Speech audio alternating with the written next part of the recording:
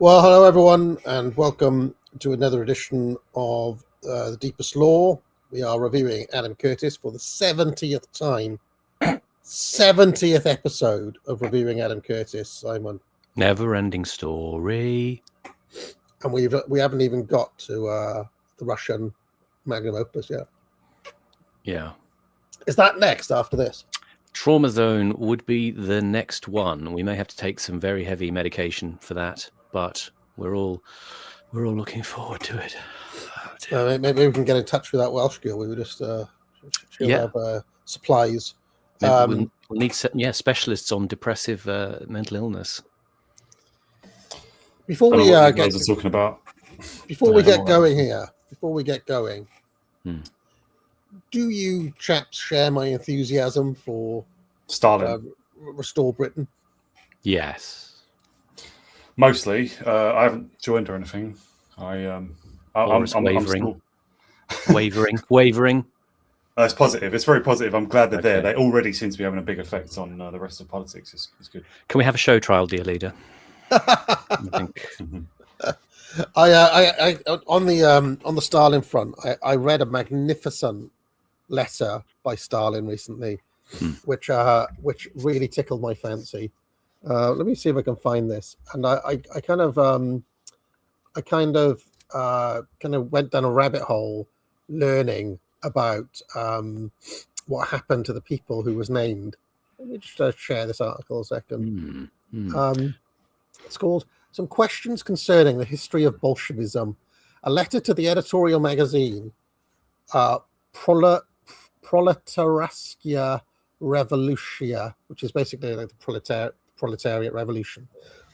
Okay, he says, so it's about this article by a man called Slutsky, right? A.D. Slutsky. He wrote, he says, dear comrades, I emphatically protest against the publication in this magazine in 1930 of Slutsky's anti-party and semi-Trotskyist article, The Bolsheviks on German Social Democracy in the Period of its Pre-War Crisis, as an article for discussion. Now, what's remarkable about this is that this is actually the first time that Stalin directly intervened in something that was basically an academic or intellectual matter. You can imagine this historian, young historian, had written this paper, and suddenly the general secretary is intervening and writing this article. And he based, like, the basic thrust of it is that there was the thing in that they called opportunism, right, which was always a threat to the Bolsheviks. Opportunism is basically when you take a short-term compromise, right? You're putting a short-term goal above the long-term aims of the revolution. And what Lenin was very keen on stressing, and what the Bolsheviks were keen on stressing, was against opportunism. So if you were in the party and you were accused of opportunism, this was grounds for concern. But this guy Slutsky argues that Lenin, right, didn't, like, he actually had moments where he was opportunist, or he had moments where he didn't push the anti-opportunism hard enough and things like that. And basically Stalin reads this and goes into an absolute rage. And one of the things I like about this is just some of the kind of zingers that he puts in there, that his kind of strange turns of phrase, where he's there's this whole bit down here, where he starts attacking the archive. You know, what does he call them? Somebody you can find it here. Hold on a minute. So you'll find them. You know, he calls them Trotskyist smugglers. Trotskyist smugglers, right? And this is the whole passage here. I thought it was quite remarkable. Does that mean smuggling Trotsky in without? Yeah, basically intellectually smuggling in the ideas of Trotsky into the history of the party. Okay, and he and then he says, look, Slutsky considers the documents now available to be inadequate. Why? On what grounds? Are not the universally known documents relating to the Second International, as well as those relating to the inner party struggle in the Russian social democracy, sufficient to demonstrate with full clarity the revolutionary relentlessness of Lenin and the Bolsheviks in their struggle against the opportunists and the centrists? Is Slutsky at all familiar with these documents? What more documents does he need? Let us assume that, in addition to the documents already known, a mass of other documents were found containing, say, resolutions of the Bolsheviks once again, urging the necessity of wiping out centrism. Would that mean that the mere existence of written documents is sufficient to demonstrate the real revolutionary character and the real relentlessness of the Bolsheviks' attitudes towards centrism? Who, except hopeless bureaucrats, can rely on written documents alone? Who, except archive rats, does not understand that a party and its leaders must be tested primarily by their deeds and not by their declarations? History knows not a few socialists who readily signed all sorts of revolutionary resolutions just for the sake of satisfying inopportune critics. But that does not mean that they are carried out. They carried out these resolutions. Furthermore, history knows not a few socialists who, foaming at the mouth, called upon the workers' parties of other countries to perform the most revolutionary actions imaginable. Well, that does not mean that they did not, in their own party or in their own country, shrink from fighting their own opportunists, their own bourgeoisie. Is not this why Lenin taught us to test revolutionary parties, trends, and leaders, not by their declarations and resolutions, but by their deeds? And then he carries on. And he basically accuses Slutsky of liberalism. Recourse, he says, but judge them by their deeds, by their actions. Why did Slutsky prefer the less reliable method of rummaging among casually selected papers? Because recourse to the more reliable testing the Bolsheviks by their deeds would have instantaneously upset Slutsky's whole conception. Because a test of the Bolsheviks by their deeds would have shown that the Bolsheviks are the only revolutionary organization in the world which has completely smashed the opportunists and the centrists and driven them out of the party. And then he carries on and carries on. He says Slutsky is once and for all a falsifier of the history of the party, who was trying to cover up the centrism of pre-war Trotskyism by slanderously accusing Lenin and the Bolsheviks of having underestimated the danger of centrism. That, comrade editors, is how matters stand with Slutsky and his article. And as you see, the editorial board made a mistake in permitting a discussion with a falsifier of the history of our party. And then he goes on and on, rotten liberalism. And then he carries on. He just attacks and attacks and attacks relentlessly until the end. What do you think happened to Slutsky? He took a long holiday to Siberia. He was fired from his post as an academic, as a historian from the university. The head of the department was fired. All of the editors were fired. And that letter basically sent a shockwave through the entire Soviet system, where people were so panicked by not following this kind of obviously correct party line that loads and loads and loads of people ended up being like kicked out of the party, blacklisted, snitched upon, on danger of smuggling Trotskyite ideas into the history of the party. Because Go on, Simon. I was just going to say, the Bolsheviks, they have such a great line of invective, don't they? All these words, gangsters, wreckers, liberalists, all that. Yeah, I love it. I just love the language. with which they attack each other. If there's a Stalin autobiography, I think you need to do the audiobook. It's a great fit. Oh, well, yeah. But anyway, this was actually quite a moment. This was the first time, really, that Stalin took an active interest in, like, essentially. I mean, imagine. I don't know, like Donald Trump intervening in some minor journal somewhere.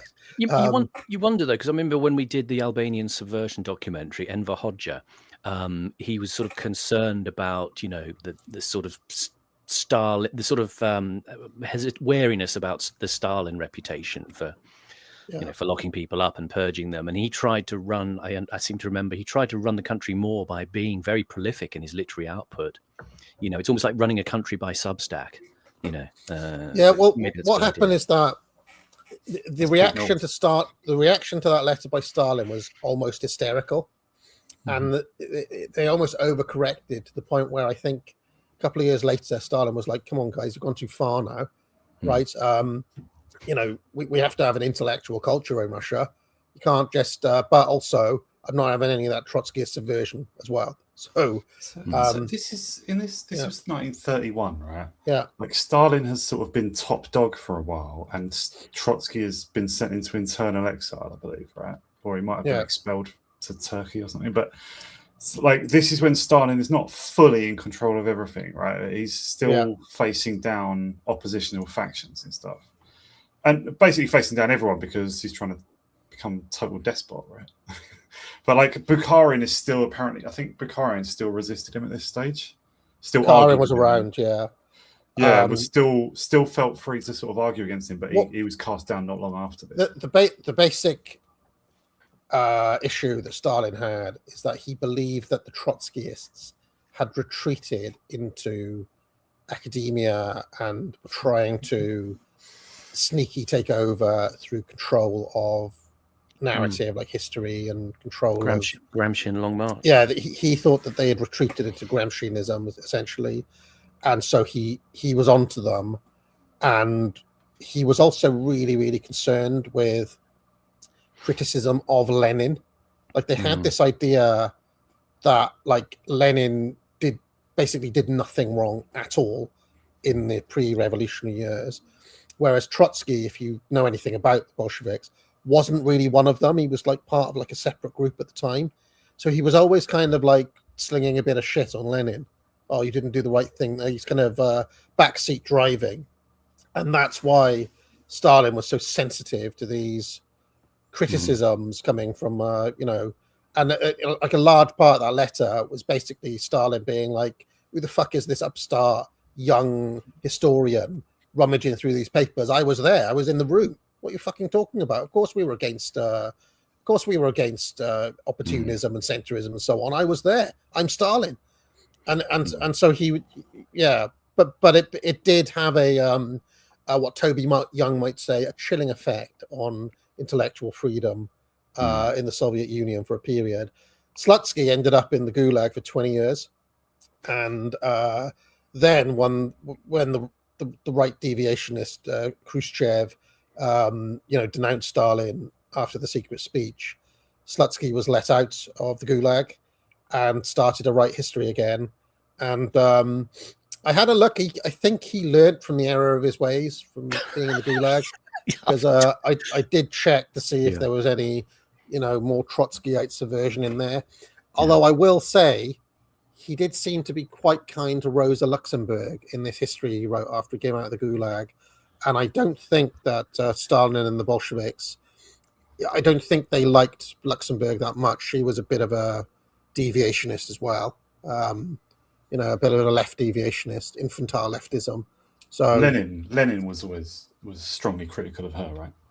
Yeah, and so I think Slutsky's re-education may not have been total, because why is he being nice to Luxembourg?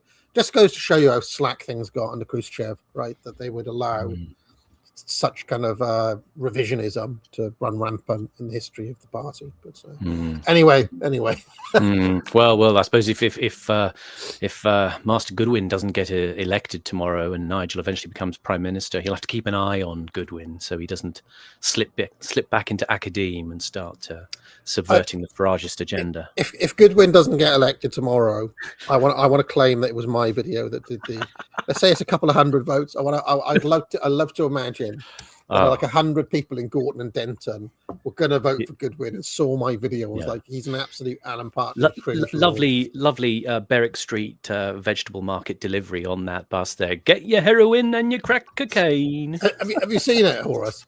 Have you seen it? Yeah. It also reminds me of the Partridge bit when he introduces the country fair. You know, he's like comparing the country fair on the microphone. Have you seen that one? It's like the last episode of this series when he's in the travel tavern and he's going, he just... Like, because he's got nothing to say, he doesn't really know that much about like country matters, even though he's sort of from there.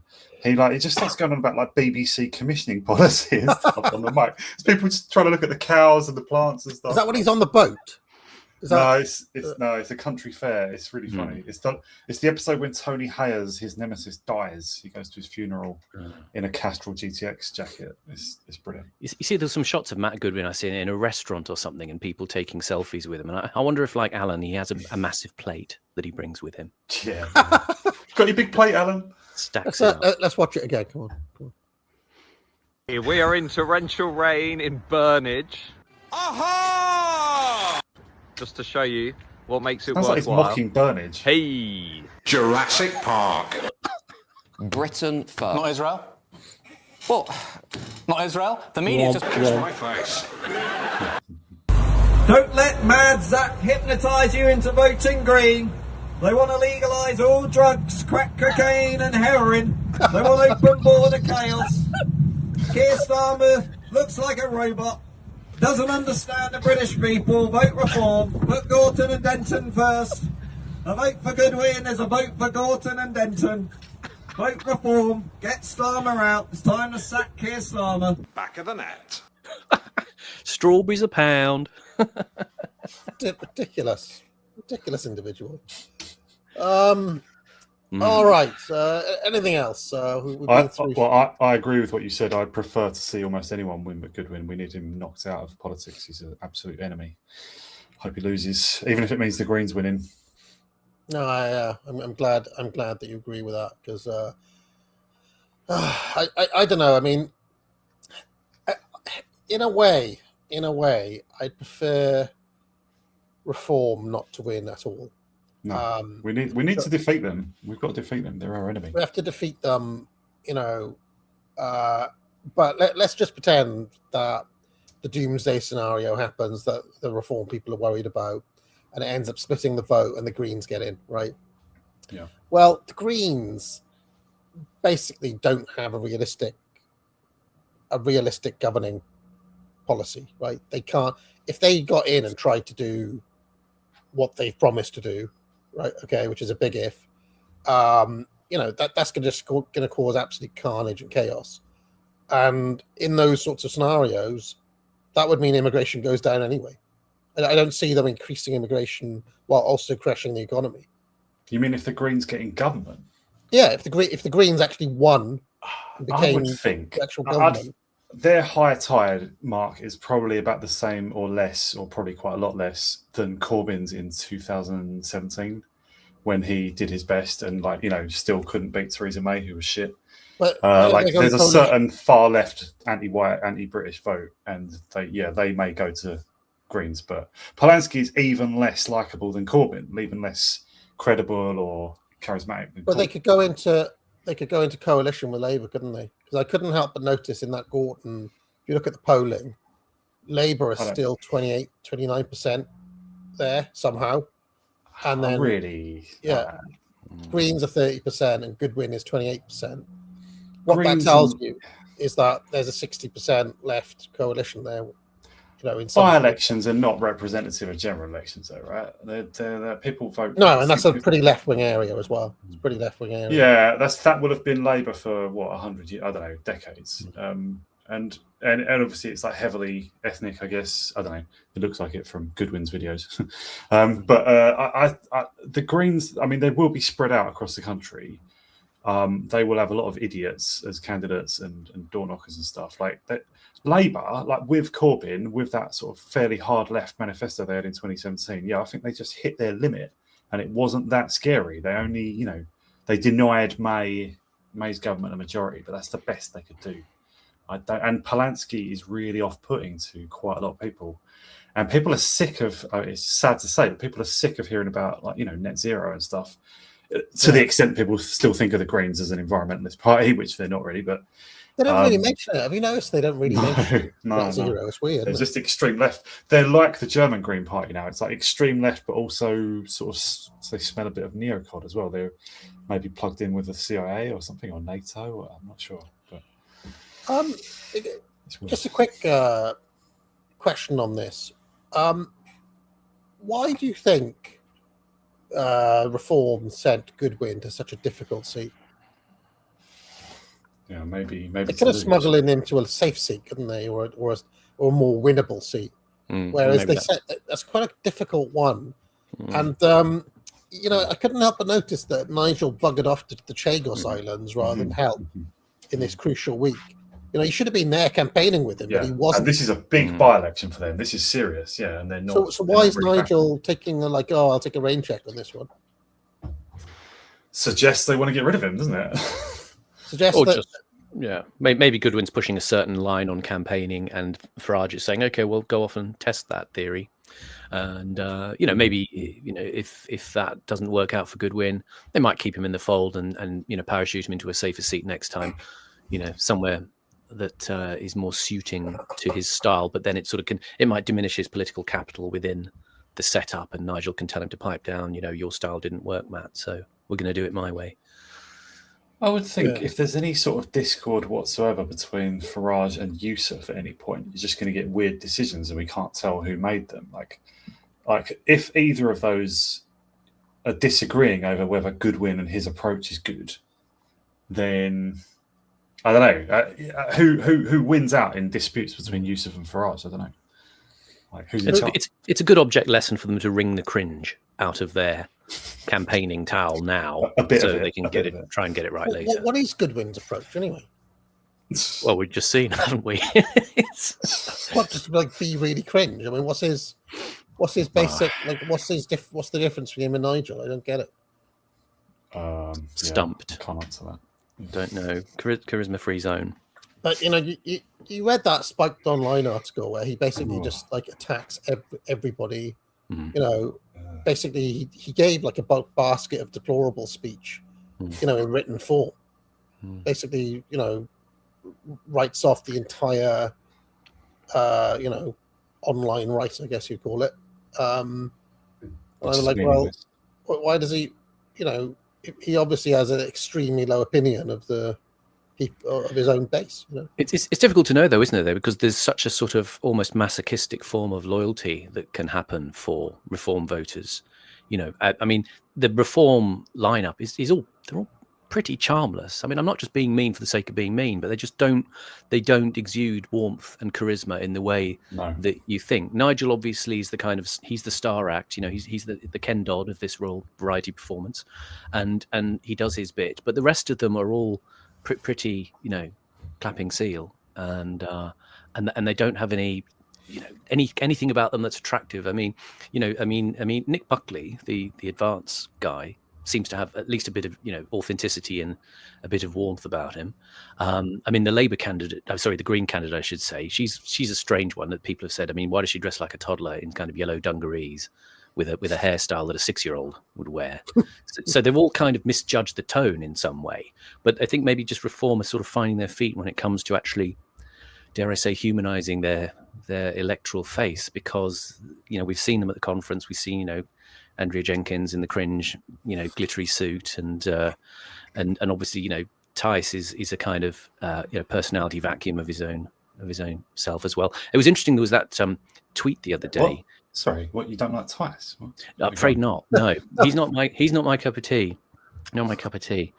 But who was it? Isabel Oakeshott retweeted someone the other day who was having a go at Matt Goodwin.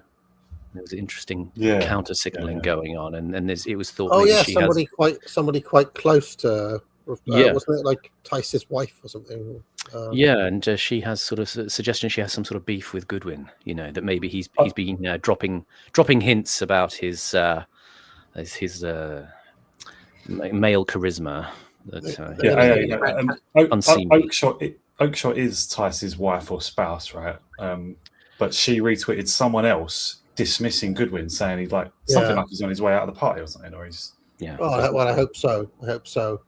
And then I'll write a book, Goodwin, My Part in His Downfall. Yes. I've been trying to think of ways about how I would campaign were I in Gorton and Denton. And I'd get on that same thing. Abolish democracy. I'd be let me hold the mic. Trotskyism is the advanced attachment of the counter-revolutionary bourgeoisie. That is why liberalism in the attitude towards Trotskyism, even though the latter is shattered and camouflage, is blockheadedness bordering on crime, on treason to the working class.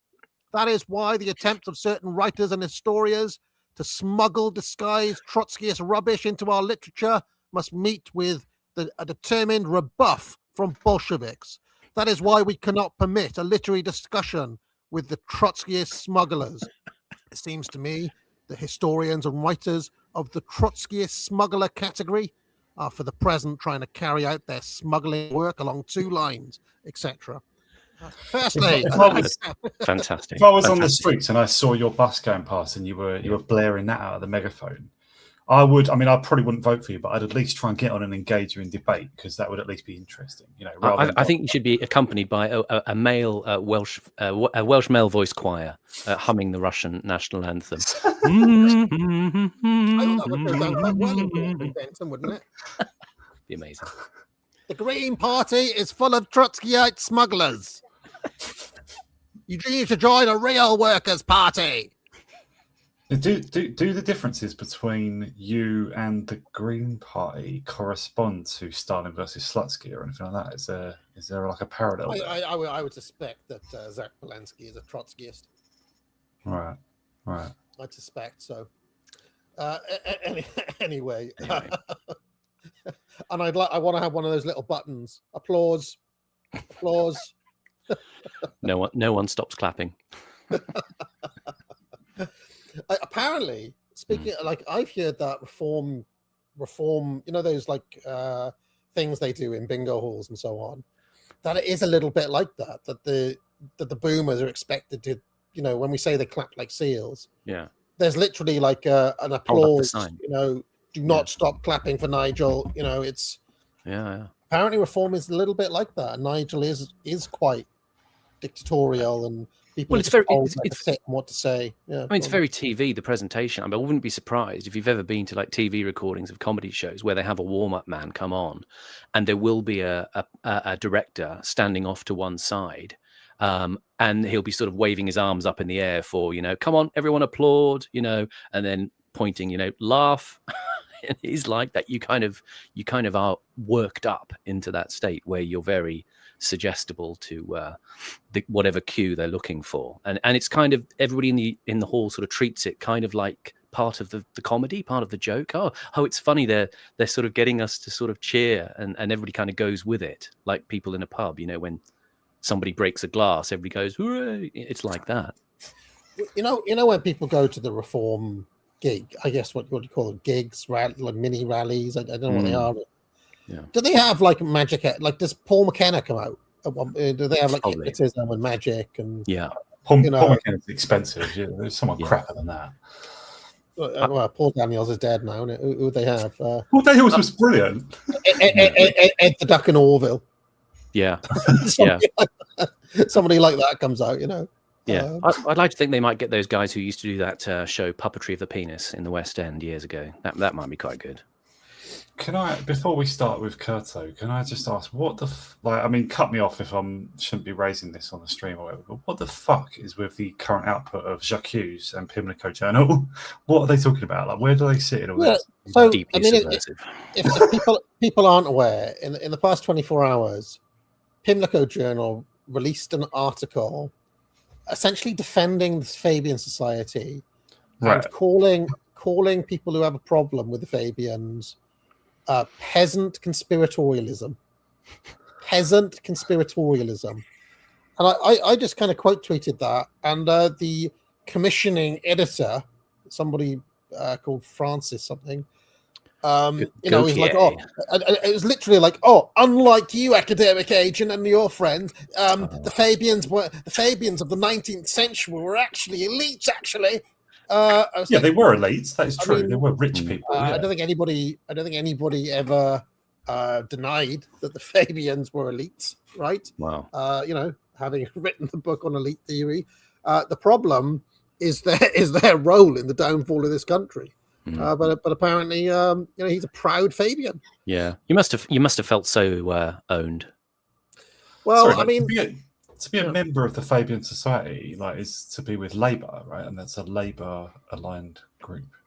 Anyway, sorry. Go on. I think he's doing what they call in psychiatry minimising the notion of the Fabians as a force. Clearly it's something that's been internalized. I mean, we'll actually get on to later on when we get to a bit in this episode about what elites tell themselves about how to run the show. Sorry, go on. Yeah, so I mean, my view, and this is what Scrump and Evelyn think as well, is that whatever the Fabian Society were, now it's the sort of thing that SPADs and Labour wonks will do as a kind of gap year, so these people can have stuff to put on their CV, basically. So they might do a year at the Fabian Society before becoming an MP or before going into wonk world.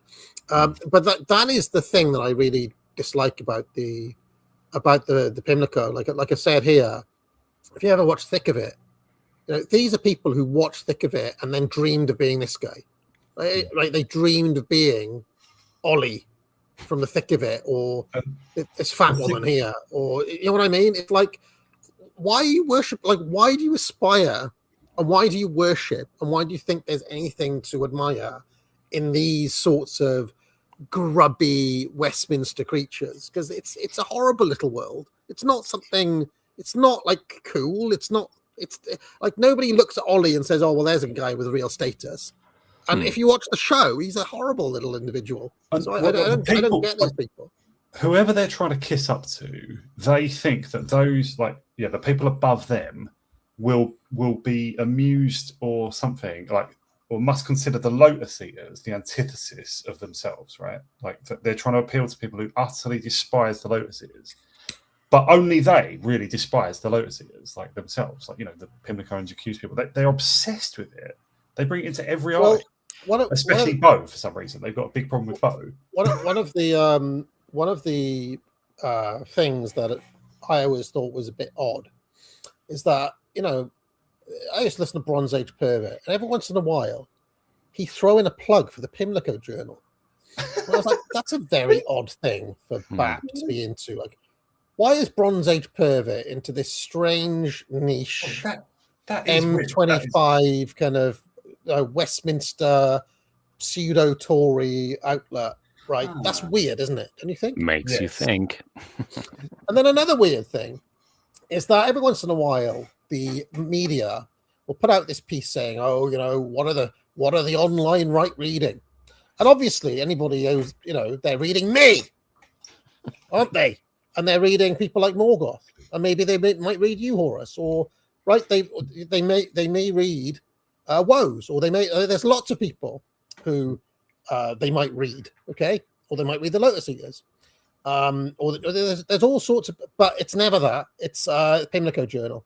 You've noticed that Pimlico Journal's always mentioned in the media as the sort of thing that the online writer is reading. I was like, right, you've said this before. This didn't click until now. You're saying they're positioned as defining the online right or people to the right of whatever.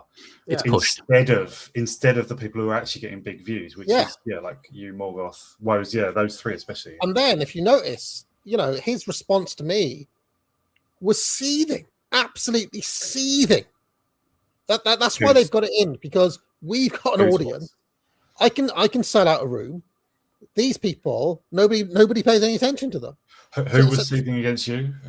Who was? The editor of Pimlico, simply, Right. all he did was quote peasant conspiratorialism, which I think is like a fascinating kind of condescending phrase.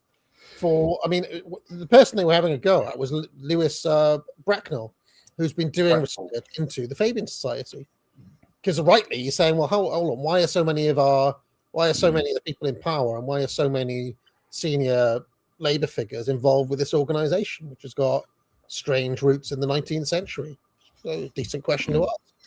And so then he was like, oh, well, if you read the article, it's trying to like set the record straight, and is actually admiring of it's peasant. It's kind of it's like Richard Hanania saying that to be concerned about elite paedophilia and the Epstein files is peasant coded, and the thing to do is actually to turn a blind eye to it. Yeah. It's all the too cool for school stuff. It's a sort of kind of lily pad temporary stop off before you get your bit in the Spectator or something like that. People who are sort of desperate for crumbs from the table in the kind of media and political set in SW1. But I think they're basically funded by Peter Thiel. That's basically what I've heard. That there's Thiel money involved in the Pimlico network, which is probably why Back pushes them, and probably why they're pushed, like in random articles by Uncut and people like that.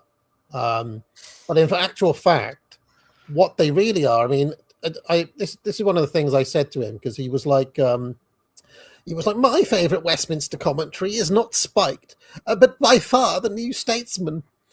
Which is some a of Fabian magazine, which some of the best reporting on current events. Look at me, I'm Francis Gaultier. I'm a real, unlike you peasants, I'm a real elite, because I go to pubs within the Westminster bubble, and I actually know some of the people, blah blah blah. And I one of the things I responded to him, because this has always stuck with me. I said, when I met Penny Mordaunt, dead behind the eyes, she had this panicky fat woman with her, with a clipboard, and a little schedule was planned on there. And basically, before she did anything, Mordaunt would kind of whisper or conspire with this fat woman, right? And she kind of led her around the room, kind of chaperoned her. And my sense is that Pimlico always aspires to be basically that fat woman with a clipboard. Okay, and if like New Statesman, in fairness, have got like Bastani as the occasional good article in there, John Gray I like, who publishes in there, but most of their output is represented by this guy here, Stephen Bush, and it's all internal Westminster bubble, Labour gossip, internal politics.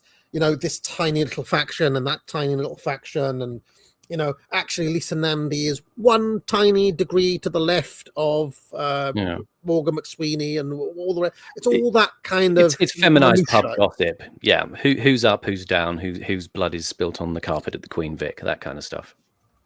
And I've never really been into any of that sort of stuff. There are people who are into that.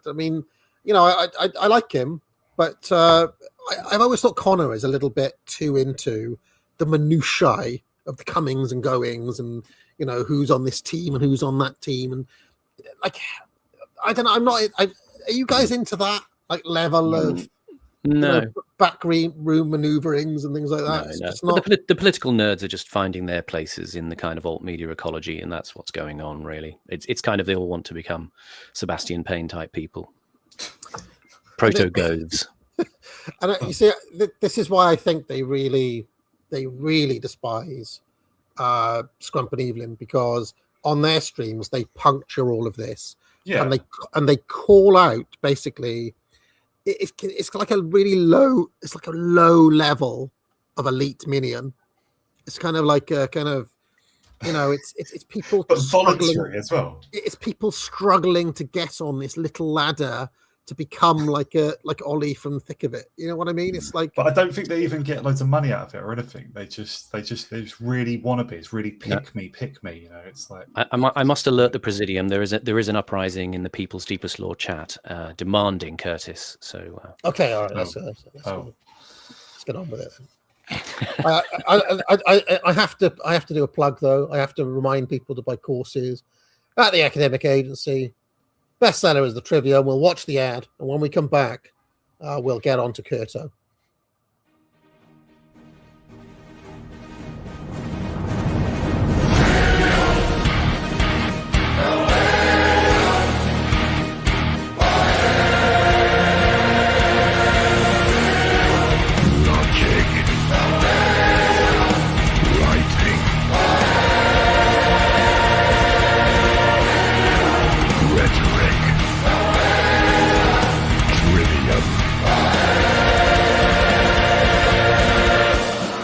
Order now from the Academic Agency.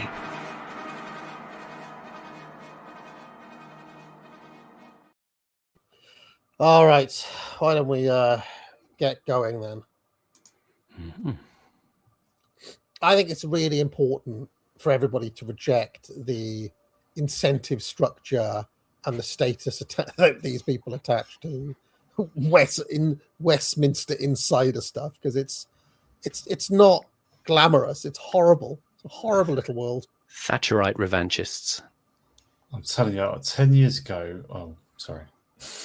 10 years ago, if you were on Twitter trying to find interesting political content that wasn't about America, say 10, 12 years ago, all you could find was people who either were Stephen Bush or just retweeting or, you know, replying to Stephen Bush, like lobby journalism and just, like around Westminster pub journalism like Stephen Bush was almost all there was. There was almost no ideological content that you could find other than on very harder to find websites. Like Guido Fawkes was one place, or order.com was one place where you could find other interesting blogs because he did a little Drudge section, like Drudge report section.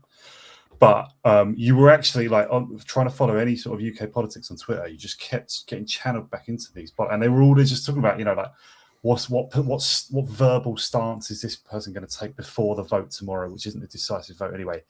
It's but now, to be fair, things are much more exciting, except for J'Accuse and Pimlico trying to drag us back into the Stephen Bush sphere. I've actually found the average Pimlico reader here. There he is. Look, this guy here. Is him. But the article they did yesterday about where it was like a mock interview with Rupert Lowe, nobody's even read it. Nobody's even looking at this. It's just utter garbage. Just terrible. Just weak, pathetic, limp mockery of Rupert Lowe. It's just stupid. Absolutely. But if they're being paid by someone very rich who doesn't need the money, then it makes sense. Maybe. But it's weird. Why? I thought Peter Thiel, for all his bad points, actually has quite an interesting kind of semi-reactionary. But isn't kind of his strange company? thing he's doing? Why is he funding Fabian? But Palantir is his company, right? Yeah. And they are really. I mean, the Alex Karp guy and others there. They're definitely not based or conservative or anything in any way. They're aggressively subversive. I won't go into that. Let's go into that another time. But yeah, they're they're enemies. So I'm still getting over the last episode when you said I was basically Adam Curtis's lackey, but Horus the derailer. I remember. A double dealer, Horus. A wrecker and a double dealer. I couldn't. I'm sorry. That's just me being a bit ratty, I suppose. I know. I thought it was funny. Yeah. I just because I was trying to attack something for Curtis that I actually really dislike about Curtis, I think, and you were sort of helping make sense of it, which you were right to do. I just sometimes get a bit aggressive. Sorry.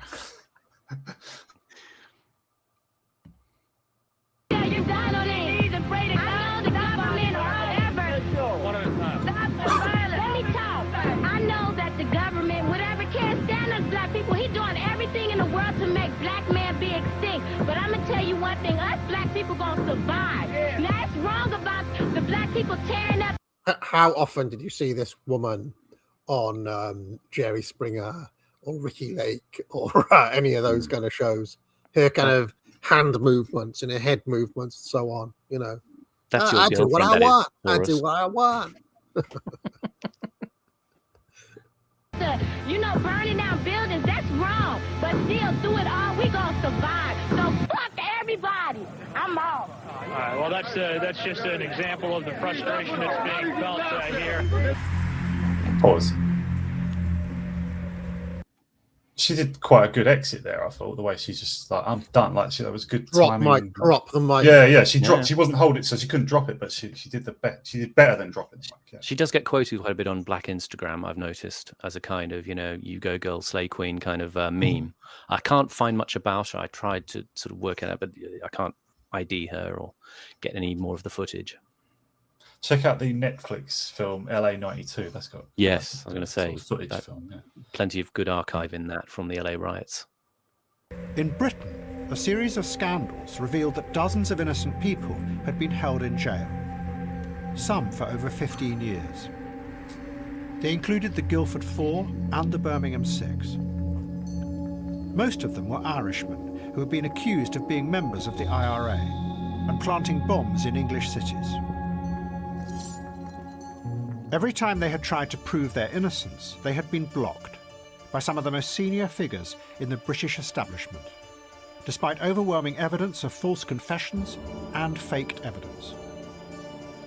Eminent men at the very centre of power, from the most senior law lord to the Attorney General and to the Commissioner of the Metropolitan Police, all of them, it was alleged, knew that the prisoners were innocent.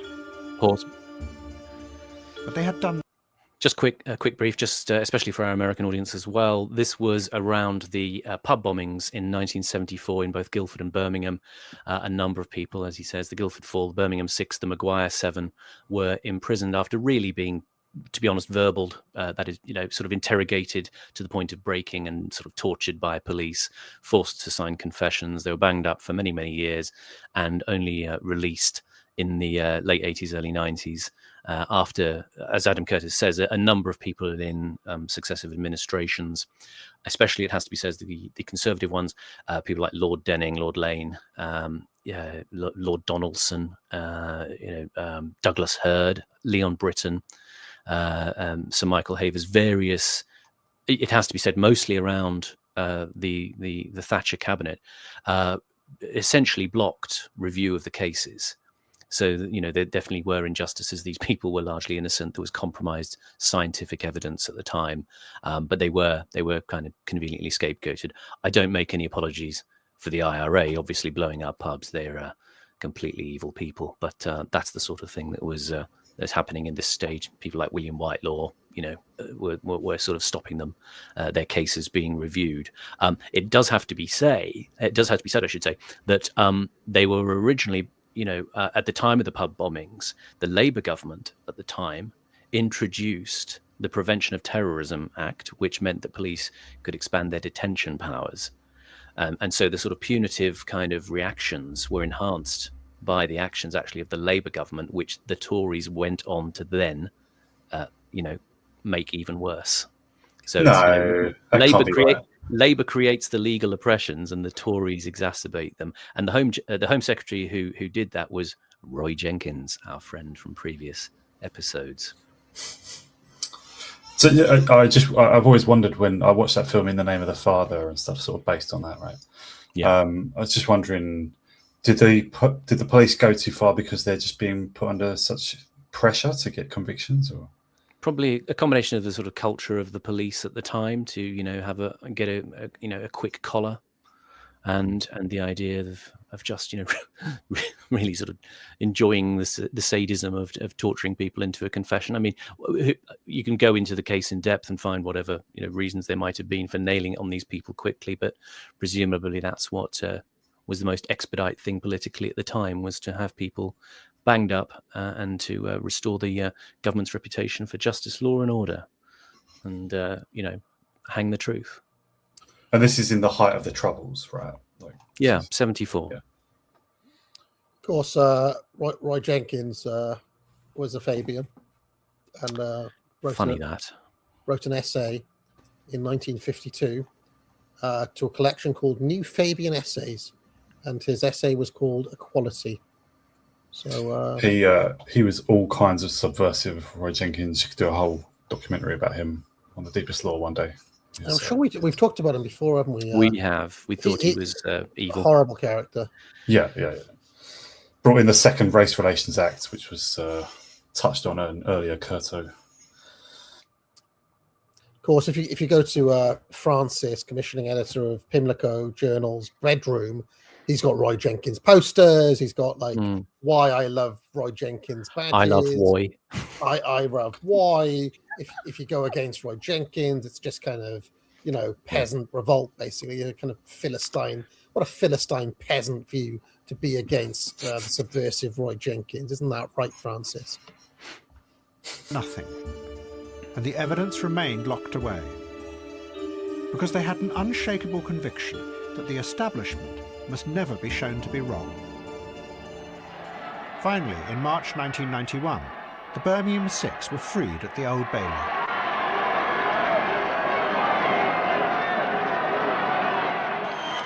Ladies and gentlemen, for 16 and a half years, we've been used as political scapegoats for people in there at the highest.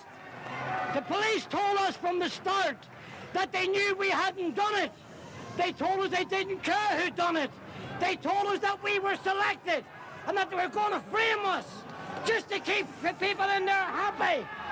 That's what it's all about. Justice. I don't think them people in there have got the intelligence nor the honesty to spell the word, never mind dispense it. They're rotten. But there were others, also at the heart of power in Britain, who seemed to have lost all contact with reality. The intelligence agencies. Is that Aphex Twin? No, that's a piece called Desolate by David O'Brien. Sure. I thought that was Aphex Twin. You sure? I thought it was Aphex Twin. I thought that was off of. Well, I will defer. I could be reading my notes wrongly. I've got too many musical pieces here. Haunted House by Paul Mottram, Desolate by David O'Brien, and then there's. Okay, you're probably right. I think it's from the album Drux. Well, I might be wrong. Right. I will concede that point. Avril 14 by Aphex Twin. Okay. Yeah. French. Yeah. You are correct. From MI6 to GCHQ, whose job was to watch. I made when AAA was a baby. I made a playlist of kind of minimalist piano tunes, mainly featuring Philip Glass, and to try to get her to go to sleep. Trying to do bedtime, and it kicked off with this track from Aphex Twin. Oh, well, I'll take that as read then. That's change my monitor. What was happening? So what was the start of the sentence here? He's talking about GCHQ. Let's go back a little bit. Rewind. Agencies from MI6 to GCHQ, whose job was to watch and monitor what was happening in the world, had completely failed to predict the collapse of the Soviet Union. Mrs. Thatcher, who had supported the spies throughout the 1980s, was shocked. Her foreign policy advisor wrote,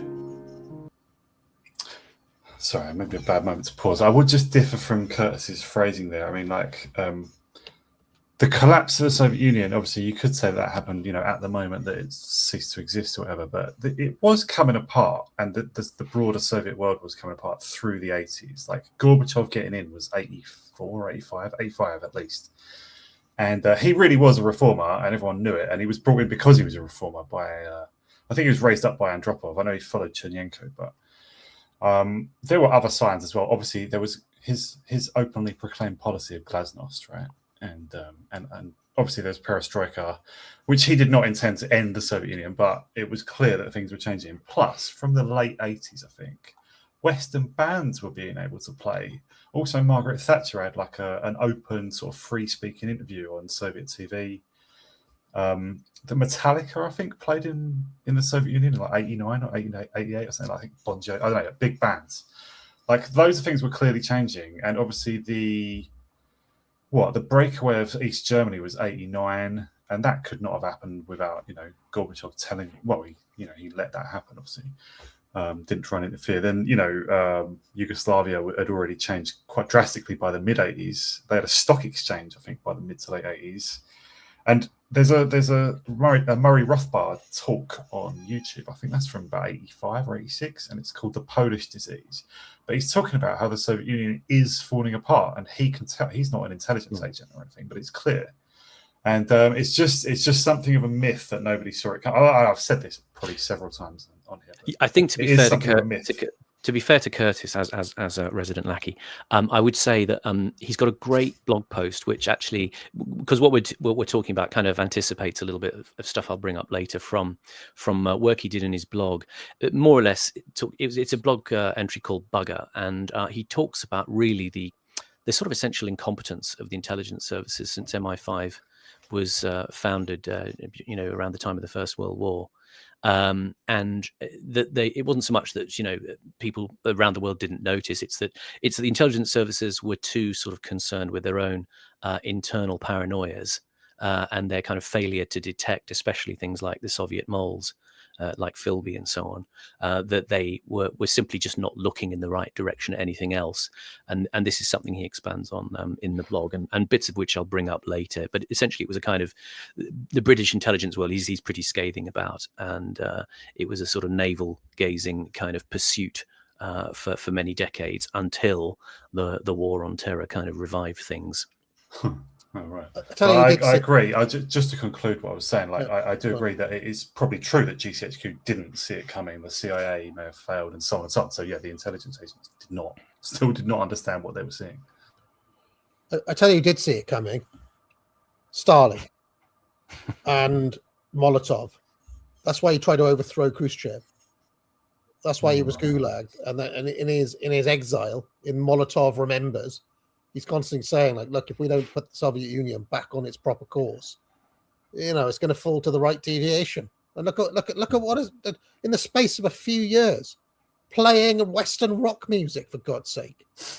Metallica, they're at least quite a good band. It's not like at least they missed out on the jazz stage. So, I mean, what I'm saying is there were people within the Soviet Union, i.e., Stalinists, who knew what was going to come. They foresaw it even back in the 50s. So, I suppose you could say Stalin's big achievement was preserving the Soviet Union from the hurricane of jazz that was raging outside. And, exactly. But still, then the Khrushchevites took over and rotted it in another way. So. Yeah, bourgeois. A liberal attitude then translates into the rebirth of the bourgeoisie, and before you know it, you've got an active wrecker, Gorbachev, in charge, who literally went into power to collapse the Soviet Union. It's obviously what happened. This is why you've been recommended to read that Rurik Skywalker guy. I think I've said it right. The Slavland Chronicles is his blog, because he says that Gorbachev was an intentional wrecker. He was. And others, not just and Dropov as well, and others, like they were not, like it was intended from within to bring the Soviet Union. He actually admitted it. He actually admitted it after the fall of the Soviet Union that he wanted it to fail, basically. But he didn't, right? Like he was angry when countries actually started breaking away.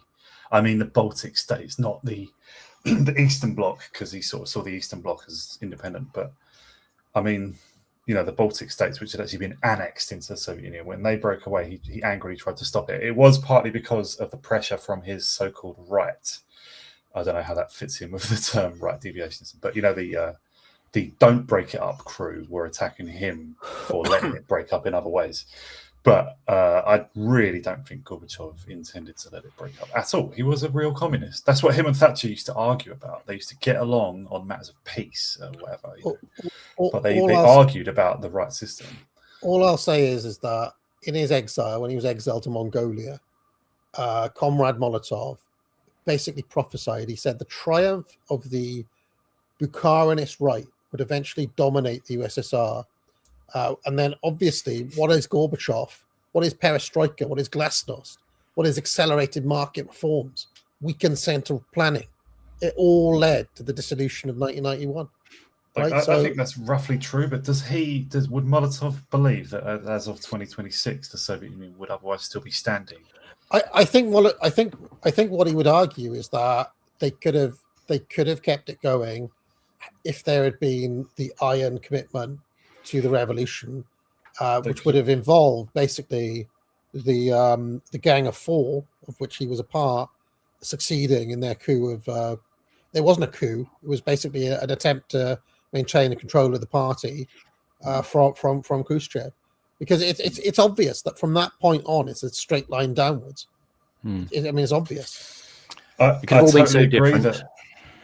I do agree that Khrushchev and Gorbachev and other figures did hasten the end for sure, and were sort of much less communist, less strictly communist than Stalin perhaps. But all that they could have carried on until now and into the future would be their regime. It would be a dreadful place to live. It would be awful.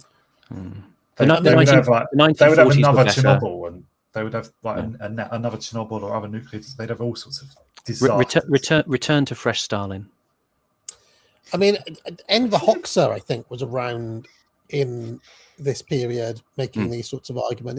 He was actually there as a Stalin loyalist in 1980, saying like, look, this revisionism is going to be the end of communism, and he was right. He was right, and the Gorbachev crew were clearly, history has shown them to be losers. They're the people who brought down the Soviet Union.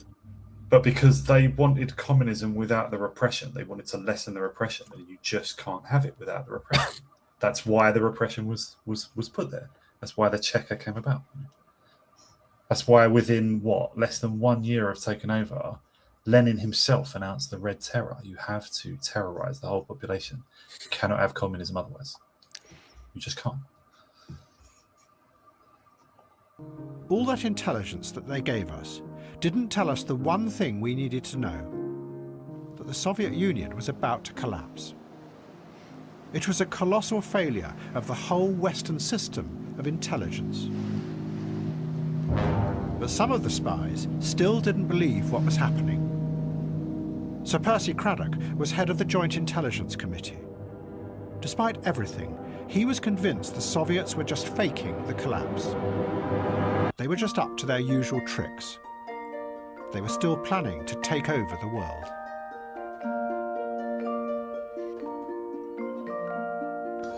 Pause. Yeah, this is the stupid stuff. They weren't. Well, they might have been. They might have wished to take over the world, but they couldn't. So this is the ridiculous version of anti-communism, right? Where the same as the Team B in Paranightmares and so on. Yeah, and this is where I can bring in some of the stuff from his from Curtis's blog in August 2013. Craddock, along with a number of others high up in the intelligence services, really believed that Gorbachev's reforms were just a cunning ruse to deceive the West.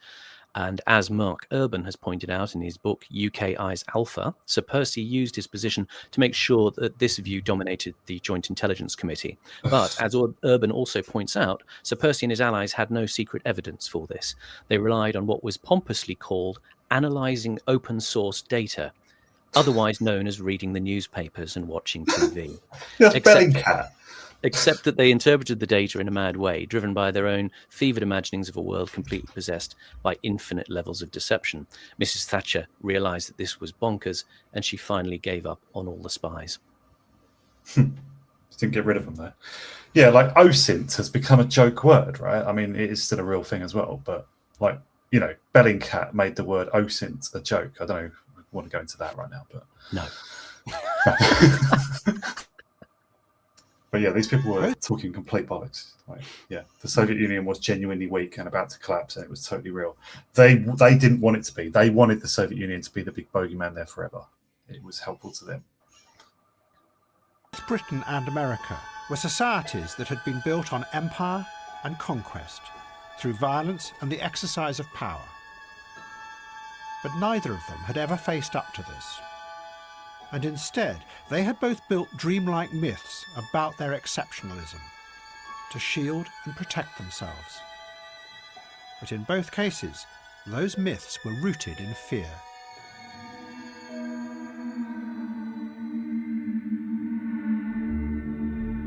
In Britain, at the start of the 20th century, Not only were those in charge frightened by what they had done abroad, with the slave trade and in China, but they now had a feeling that it was coming closer, that something dangerous might also be happening inside England itself. The empire had led to giant industrial cities rising up all across England. They were dark, frightening places where millions of people lived in appalling conditions. What alarmed those in charge was the violence and the anger that was building up there among what was called the masses. But the danger also seemed to come from the top of society as well. From the new industrialists and bankers who ran the global empire. They also seemed to be out of control. There was a wave of financial scandals, and no one seemed to be able to stop them. The novelist E.M. Forster wrote, "England is being menaced by the inner darkness in high places that has come with this commercial age." God, isn't that true still? Yeah. In the age of Epstein, we can't get away from it. This is quite interesting. This is stuff that Curtis is slightly rephrasing it, but it's a combination of quotes from Howard's End, E.M. Forster, and what it's really about. He's critiquing the mindset of the Edwardian bourgeoisie, who are getting it in the novel. There's this character Henry Wilcox, the businessman, and there's a couple of bits that he's meshed together to talk about this menace of the commercial age. And there's a description of Wilcox. It says, he must be one of the men who have reconciled science with religion, said Helen slowly. I don't like those men. They are scientific themselves and talk of the survival of the fittest and cut down the salaries of their clerks and stunt the independence of all who may menace their comfort, but yet they believe that is somehow good. And further it says, she neither forgave him for his behaviour, nor wished to forgive him. Her speech to him seemed perfect. She would not have altered a word of it. It had to be uttered once in a life to adjust the lopsidedness of the world. It was spoken not only to her husband, but to thousands of men like him, a protest against the inner darkness in high places that comes with a commercial age. It was the idea that these kind of bourgeois elements of the Edwardian middle class were sort of essentially red in tooth and claw capitalists, but using a kind of thin veneer of religiosity to sort of avoid, essentially, and this is E.M. Forster talking, this guilt that Curtis is referencing, this kind of submergence of the violence that had driven the system structurally, which was now being made genteel. And this is where it begins to erupt in these ways that we'll see shortly lead to a resurgence of a kind of folk nationalism.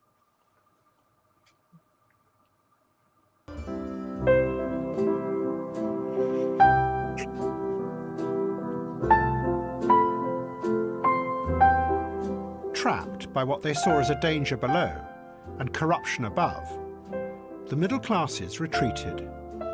They turned away into another imaginary version of England. Not imaginary. This is the real England. This is Devon. This is footage from a film in the 1920s called The Open Road by Friese Greene. And he uses a bit of footage from this and another film called Tom Brown's Country. These are all kind of BFI or Pathé films now. You can find bits of them. I'll post some links to some of this stuff. But yeah, it does all look quite idyllic. There's it's basically like Enid Blyton's England, isn't it?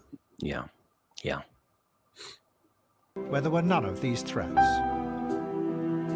It was invented for them by a whole generation of writers, artists, and musicians who, in an act of collective imagination, created a complete dream image of England's past, one that still haunts the country today.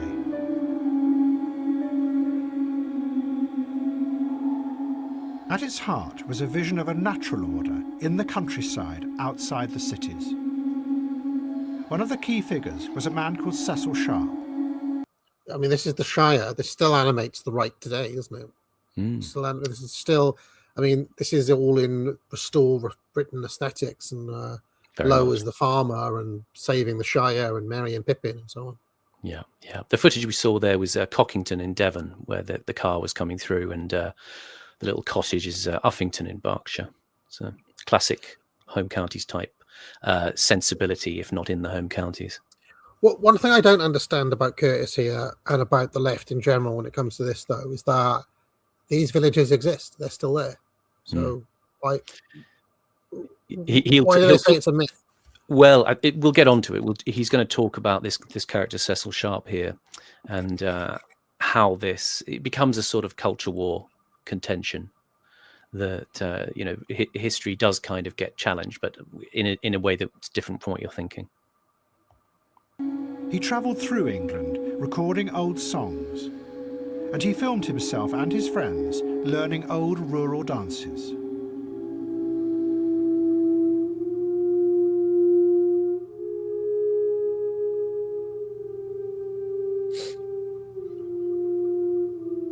Sharp made it absolutely clear that this was a political project.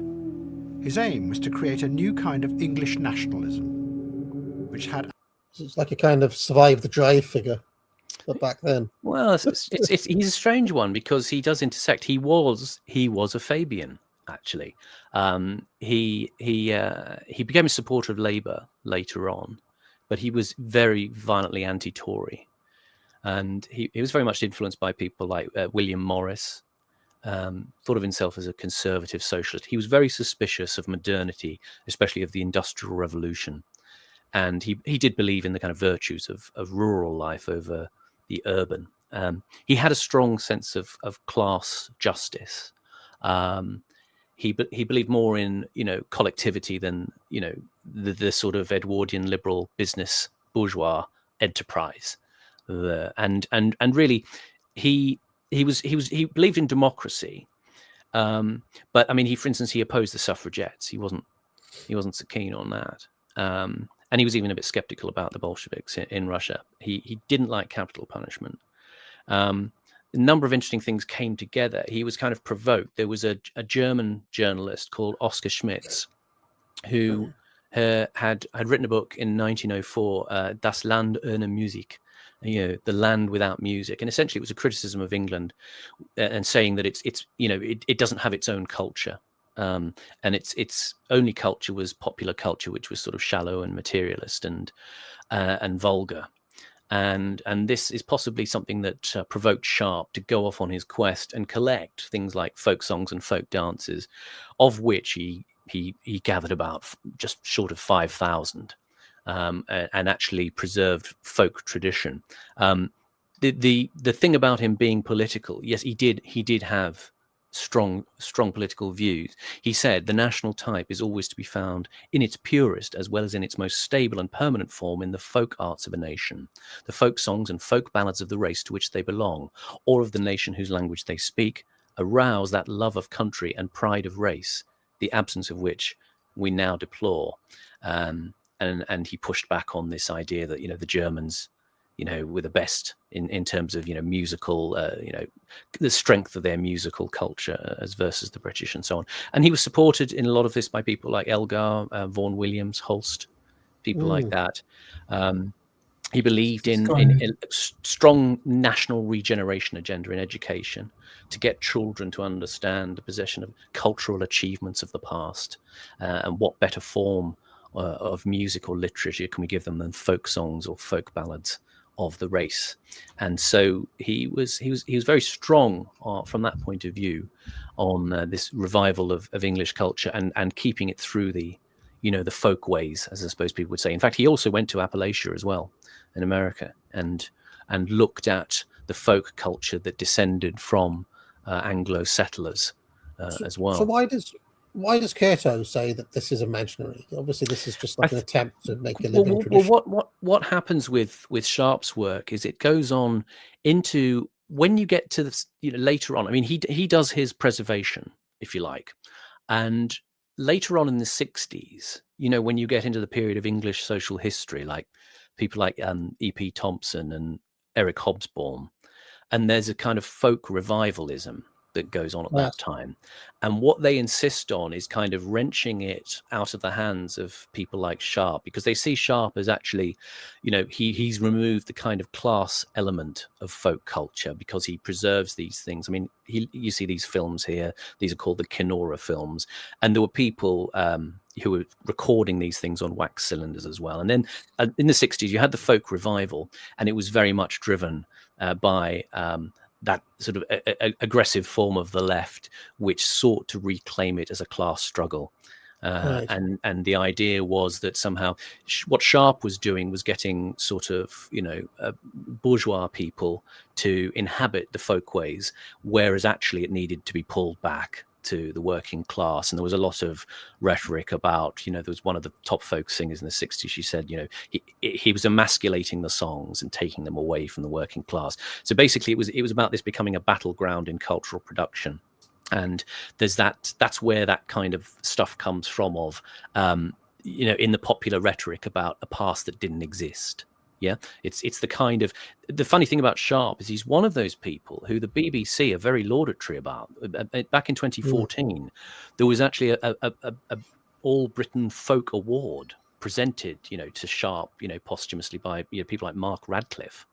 And they were all lauding Sharp's work, as this, preservationist of folk culture. And it was obviously they were translating in their heads to the folk culture of, the 60s and the kind of Ewan MacColl generation and all these people who sort of made it very kind of, I don't want to say trendy, but, there was this hipness about it back at that time, as I say.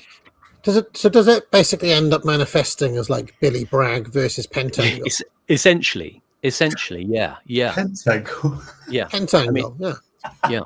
I mean, and they so they want to kind of downplay the sort of nationalistic elements, and the sort of racial elements that people like Sharp felt were important, and make it a reclamation of the working class voice. He did things like, the songs he recorded in very basic form were notated, and then they might be given to sort of singers who, they would be done as recordings, with a piano and a lady singing in a very fine kind of, semi-classical way.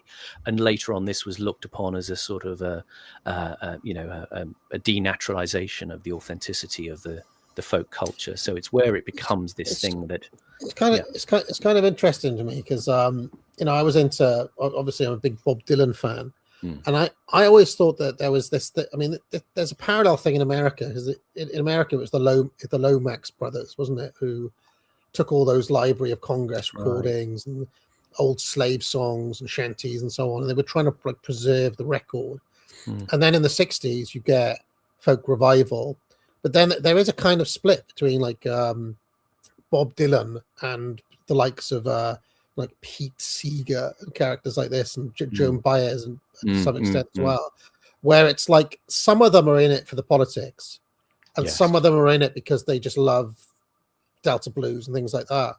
And I always got the impression that Dylan was on the music side, not on the politics side, which is why he ends up doing another side of Bob Dylan and so on and so forth. And and they go in different directions, and I always felt that with some of the British folksters as well, that there were some people who were in it for the politics, Billy Bragg style, right? And there are people who are in it for the like early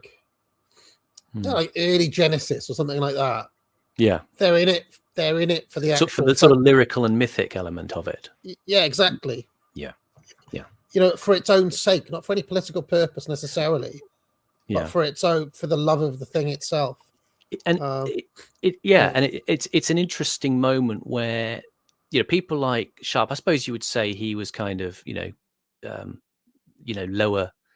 lower middle class, not sort of on the commercial toppermost in life, but he did this as a kind of an idealistic project, let's say. It doesn't seem like there was an awful lot of commercial interest for him. This was kind of obsessive and autistic, the amount of stuff he was gathering, but it's a moment where there is this kind of a threat of cultural divergence with this idea of a well-meaning middle class like Sharp. And as I say, later it becomes something there where there's a tussle for possession of the cultural territory. There's recently, it's funny, I was watching the Lindsay Anderson films again, and the film If, the one set in the public school, and there's a scene where you've got the headmaster He's sort of charging around the grounds with a group of people, showing them around. And he has an interesting little speech which kind of just sort of pinged out at me when I was looking at this stuff about Sharp and the reclamation of folk culture. And he says, the headmaster in IF, college is a symbol of many things: scholarship, integrity in public office, high standards in the television and entertainment worlds, huge sacrifice in Britain's wars. Of course, some of our customs, he's talking about Britain, are silly. You could say we were middle class, but a large part of the population is in the process of becoming middle class, and many of the middle class's moral values are values that the country cannot do without. We must not expect to be thanked.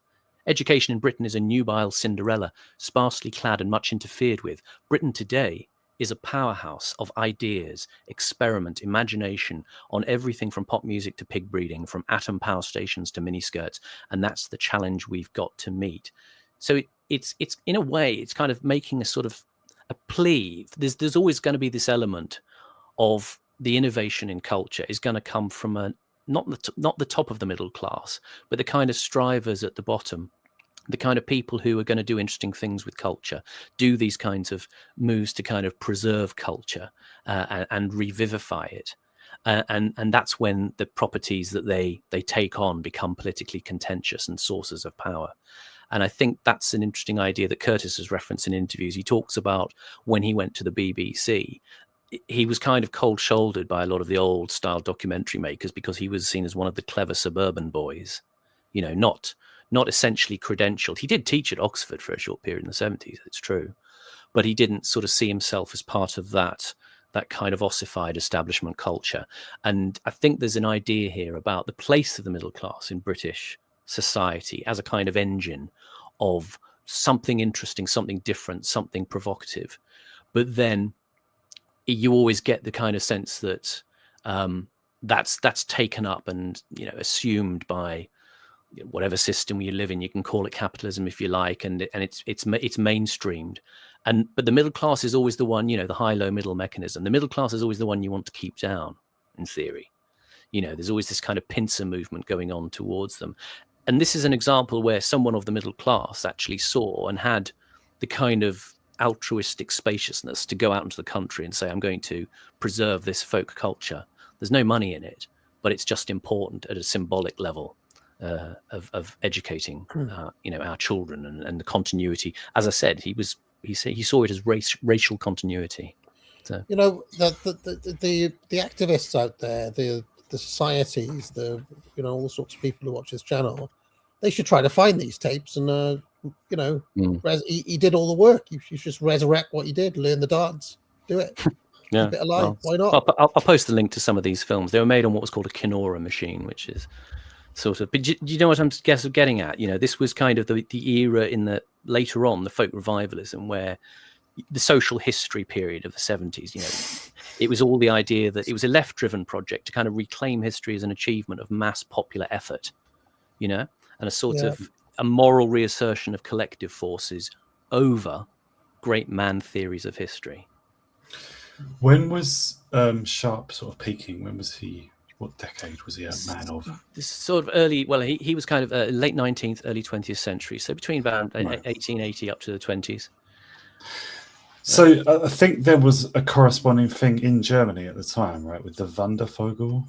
I think that was they'd started by then, and they were like back to the land, go camping, touch grass, but big time, spend weeks in the grass, And there was also at the same time this sort of growing rivalry and enmity between Britain and Germany, wasn't there? Yeah.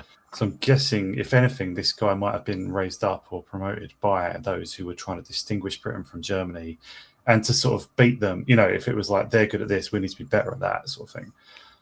One thing was obviously like racial memory, you could say. This is obviously well before Hitler, but yeah. This is very much this guy, this journalist, or this writer Schmitz, who writes this book, The Land Without Music, in 1984. I mean, this kind of gets talked about for years afterwards, as and is seen as a provocation in that period, for the British to raise their standard a bit. In the book, he says, I've long tried to understand what kind of lack it is that manifests itself in so many English representations, which have such a deadening effect. I've asked myself, what is missing from this nation? Kindness, love of people, humour, or aesthetic sense? No, one can find all these attributes in England, some of them more noticeably than among ourselves. Finally, I have found something which distinguishes English people from all other cultures to quite an astonishing degree, a lack which everybody acknowledges, therefore nothing new, but has not been emphasised enough. The English are the only cultured nation without its own music. Like, obviously, if you stack up, if you did like in the British column, great composers, and the German one, including Austria, yeah, they have got amazing composers. Obviously, like our greatest one might be even like Holst or something. And he's obviously German. Right? Schmitz's view was that basically it all ended with Purcell in 1695, and there'd be nothing. The Germans. He was saying that Elgar was kind of derivative and overrated, and so they were kind of. But I mean, I don't think Schmitz was necessarily being vicious. He was kind of, provocative in the way that writers like to be. They think they're, the way that Tim Stanley thinks he's being funny when he's provoking you, but actually he's incredibly annoying. Oh God. Yeah. But yeah, I've also read a little bit about Ewan McCall. In America, you've also got like Woody Guthrie and Arlo Guthrie. They're also sort of commie folk revivalists or something. I don't know. Woody Guthrie was Bob Dylan's hero, I should mention. Yeah. And then Arlo Guthrie was his actual communist son. Is that right? I think he was the younger one. He also had like a different ethnic mix as well, because of who Woody Guthrie married. But like Ewan McCall in Britain, I read about. I knew he was like a figure of the 70s, 60s, folk revival. I've heard that term, but he's also mentioned in an because he was fairly old by then. Is that right? Like he was into like late, like sort of early old age or something. But like in the 30s, he was already a figure, because I wrote this essay it's on my Substack, called The Engine of Compulsory Conformity. And it's mainly about the BBC at the HQ, but it's also about BBC Northwest, which was the first regional division of the BBC established after just BBC Television Centre or whatever it was called.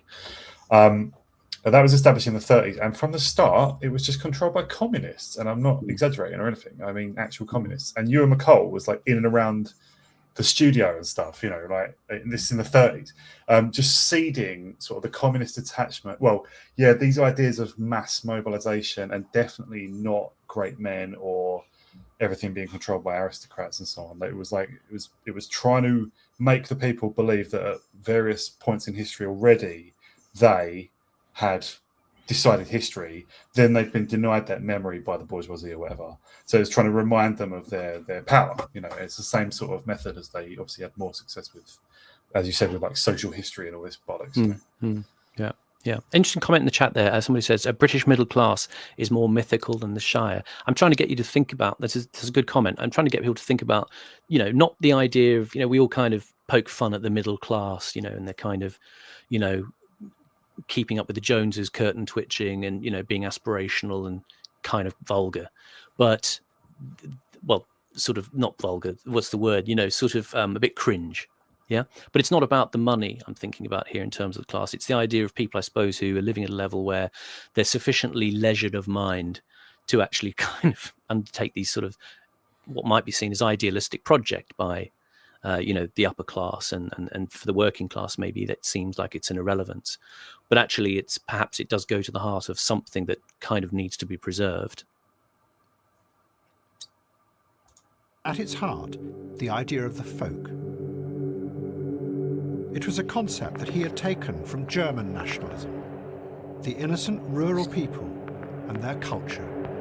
Now, it's the sort of dancing he does, the dancing that would have been done around here. Oh, it's a lot of that done in the pubs.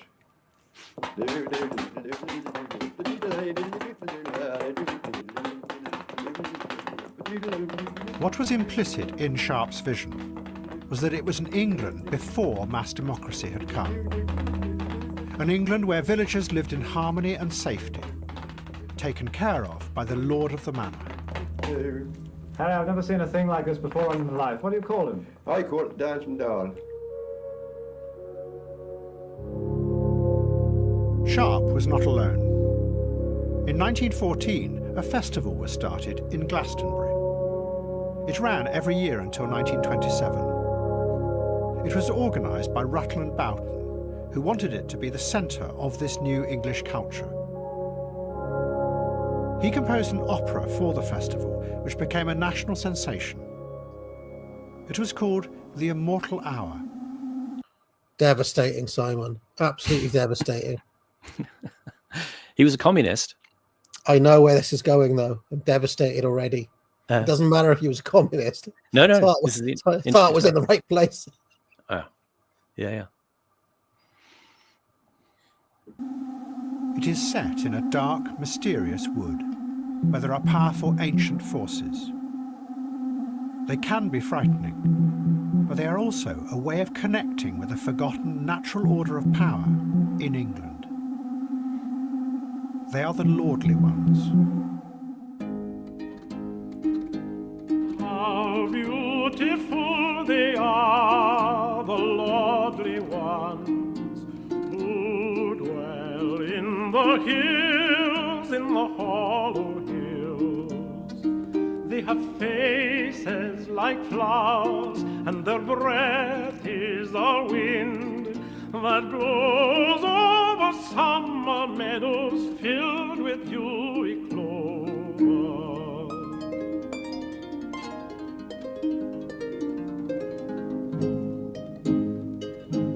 Their limbs are more white than shafts of moonshine.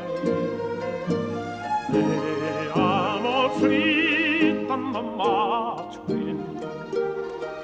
They laugh and are glad and are terrible. When their lances shake and glitter every green quiver.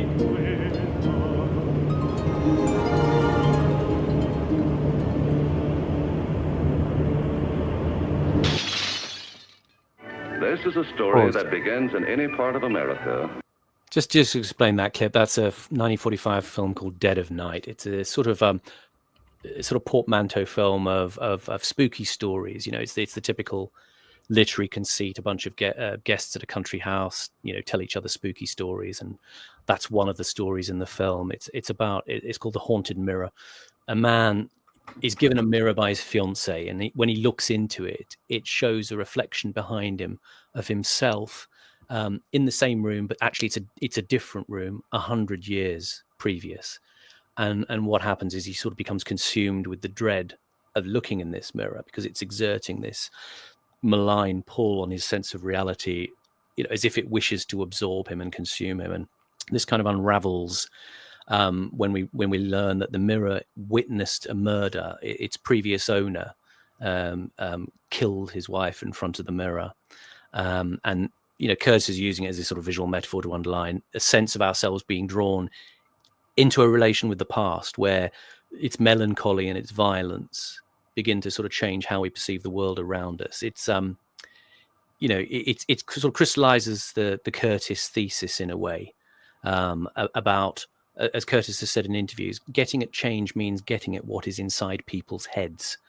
And the character in the film says, you know, the trouble is not in the mirror, it's in my mind. It must be. And it's also noticeable the film, Curtis often uses this phrase about the revealing of a hidden reality. He uses it in a lot of the scripts of a lot of his series. He phrases it usually along the lines of, and suddenly like a flash of lightning on a dark night, such and such hidden reality was revealed. And that's actually derivative of some lines that character has in the film. Trying to remember a dream is like, how shall I put it, being out at night in a thunderstorm, there's a flash of lightning, and for one brief moment, everything stands out vividly and starkly. So that answered the question for me as to where he got some of his phraseology from as well. What was Curtis likening that to again? What was he? What he's like the idea of the mirror. And the thing he said about like the fantasy, you know, the legends that could be found in the woods and stuff. Well, I mean, yeah, he's used the metaphor of being in the woods at night. You know, it's the idea that, you know, if you know, he's often said, if you're with your friends, it can be exciting and exploratory, but if you're on your own, it could get very frightening quickly. And I guess he's talking about, you know, a condition of modernity where the reigning narrative myths break down, and then you're left in these kind of states of destabilized reality and confusion. I mean, it's obviously a very recurrent theme for him. And the idea of the mirror is us living with these images of the past embedded behind our heads. and being haunted by them. Again, just metaphors that he uses.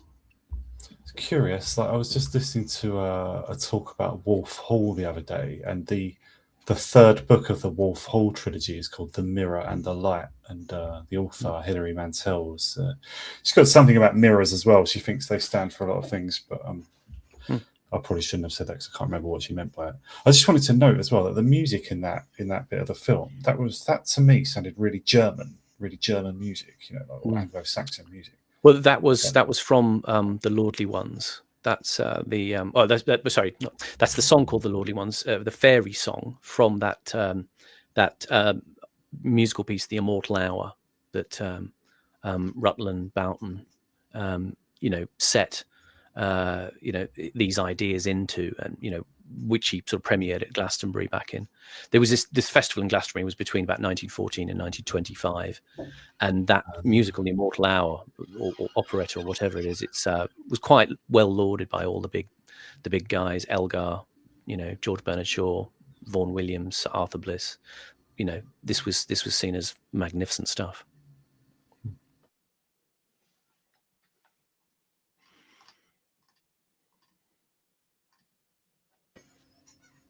Hey, you're on mute.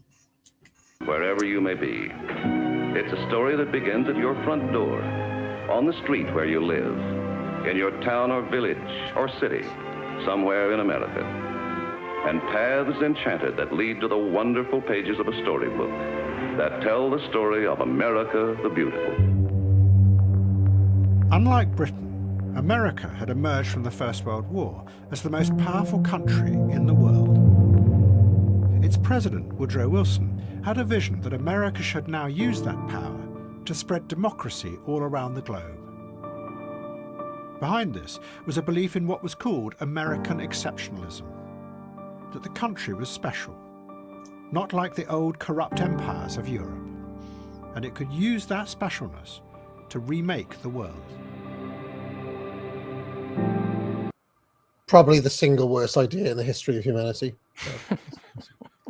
Hence its popularity amongst the neocons, right? Yeah, exactly. Refused to back Wilson. They thought that such a crusade would end up corrupting America. And Wilson's dream of a globalized democracy collapsed. Instead, the American economy went into a severe depression. Pause. In a growing mood of fear, there were race riots as whites... Just briefly, yeah, there were various people who opposed Wilson, Henry Cabot Lodge and William Borah were a couple of them. Borah, I don't know how you say his name, but he famously said, we may become one of the four policemen of the world, but we will no longer be master of our own spirit. That is elegantly put. Turned on the black communities in the cities. Pause, please. He just said, like, across America, the white communities turned against the black communities just out of anger at the economic troubles or whatever. What fucking ridiculous. 1921, a white mob... For no reason at all, Horace. For no reason at all. Yeah, just as soon as that's why you must have like Keynesianism or whatever, like, because as soon as the economy sags, the whites just go mental at everyone. This thing here, the Tulsa massacre, was it seemed to have been prompted by an incident between a young black guy and a white girl. I think it may have been like, it was something like, he was getting into a lift, tripped over and pushed into her or something. She screamed, people heard it. And then it was thought that he'd assaulted her. And then from there, it kind of snowballed into, the black area in Tulsa being burnt down. and lots and lots of people. 36 people were killed. Thousands of people were, essentially made homeless. It sort of got out of control quite quickly. That strongly sounds to me like there was more to it than just one misunderstanding in the lift or whatever. Yeah, it's difficult to know looking into it. It doesn't seem like there was a lot of strong evidence to make out that it was a malicious attack. But this is the problem, it's very tricky to sort of unpick this, because things are either not recorded at the time, or the things that, I mean, the girl in question kind of disappeared from the scene afterwards. It was very difficult to find out what had happened, and it seemed like what was happening is he was arrested, and then there were sort of rumors that he was going to be lynched, and then it it all kind of went mad from there. I don't know if this is a weird thing to mention in connection with this, but I've read a bit about what's called the pogroms in the Russian Empire, not actually all in Russia, mostly not in Russia, but in the Russian Empire in the sort of 1870s, 1880s. Obviously, it was, Russian Christians against Jews a lot of the time, or Jews against, Jews but protected by the police or whatever. But there was, just talking about the causes of it, what triggered it off, like in many cases, for some reason, I think historians can't really account for this, but there were deliberate instigators who would turn up in villages where there was already a lot of tension and say something or issue some like false proclamation, perhaps from the governor, or just issue some malicious rumor that would trigger rioting between the Christians and the Jews. Why? But I think that can happen in various places. Different people have different motives for it, but in various places, people want a riot. It's strange. Yeah, I mean, to people in the chat saying, I'm giving a normie take. I mean, please go away and look up the incident. The Tulsa race massacre. The black guy was called Dick Rowland, and the woman was called Sarah Page, and it took place in a place called the Drexel Building, and it was around an incident in an elevator. Again, I tried to dig, and I couldn't really get clear information on the incident. It was tricky to find out really a conclusive thing, because there were no witnesses. That was the problem. Is that the people spreading the rumors there, Horus? I wonder if that was the inspiration behind that song by Bob Dylan, "The Wicked Messenger." Familiar with that? The one there was a wicked messenger from Eli. He did come with a mind that multiplied the smallest matter. Do you know the one? Sure, that's not. Are you sure that's not supposed to be mean to refer to Jesus? I don't know. It's quite an opaque song to me from the album John Wesley Harding. Anyway, let's carry on. If it was on Saved, it would be a different. It wasn't on Saved. It was on John Wesley Harding. One of my favorite Dylan albums. Cool. Attacked the black areas in the city of Tulsa and destroyed them. They even used aircraft to drop bombs. Out of this fear came an organization called the Ku Klux Klan. Sorry to pause it again. You're right, Horus. I'm looking it up now. The lyrics have their origin in the Bible. It refers to Proverbs 13:17. A wicked messenger falleth into mischief, but a faithful ambassador is health.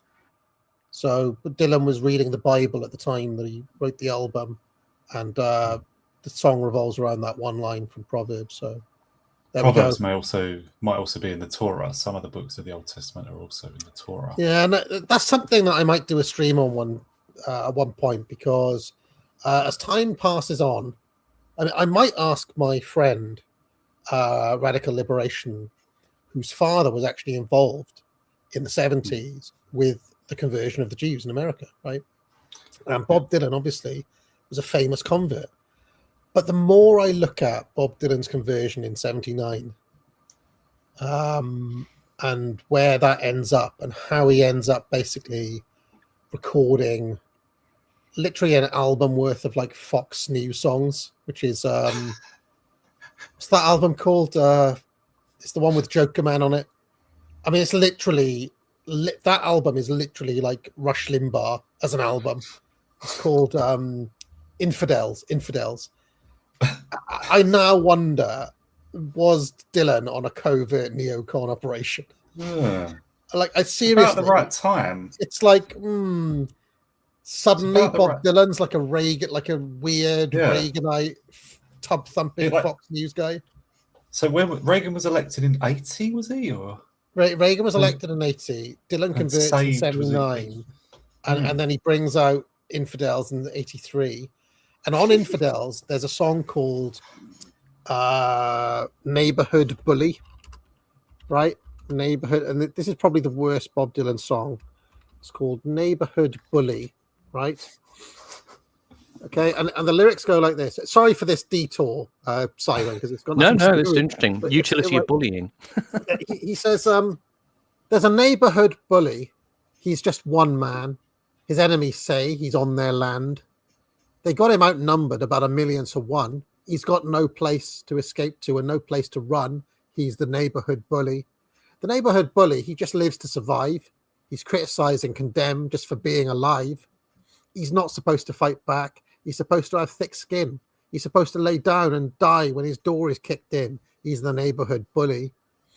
The neighborhood bully has been driven out of every land. He's wandered the earth, an exiled man, seen his family scattered, his people hounded and torn. He's always on trial just for being born, the neighborhood bully, right? And it goes on and on. And, That's you such know what a I'm saying? confused message. Yeah, that's such a confused message as well, though. He's like he's linking defense of his own tribe, I assume, with a defense of bullies. What are we doing?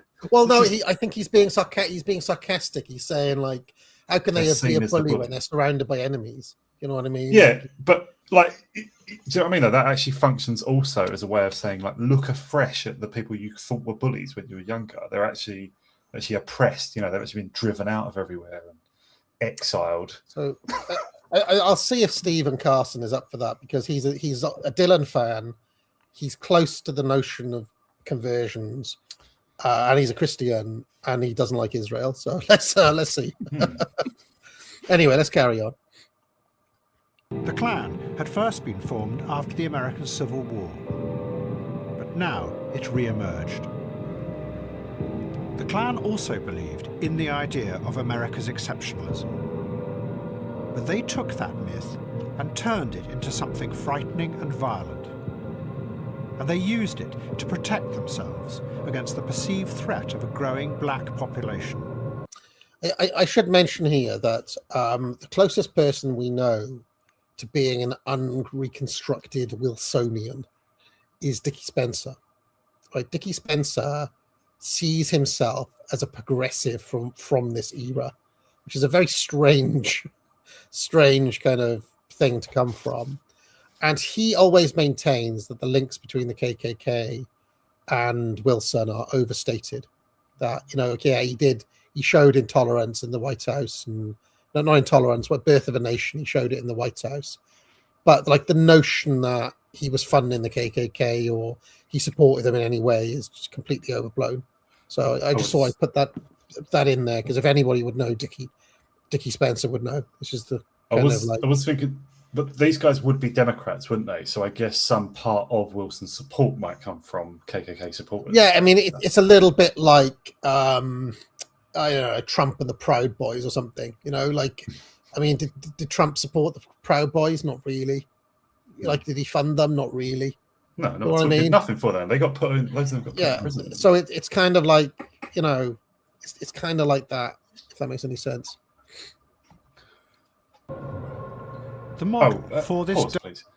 Can I just read the mention of Spencer? I need to pick a bone. You credited him with calling out the centre right as our worst enemies, our biggest enemies, like 10 years ago. I just want to say I did too. Okay.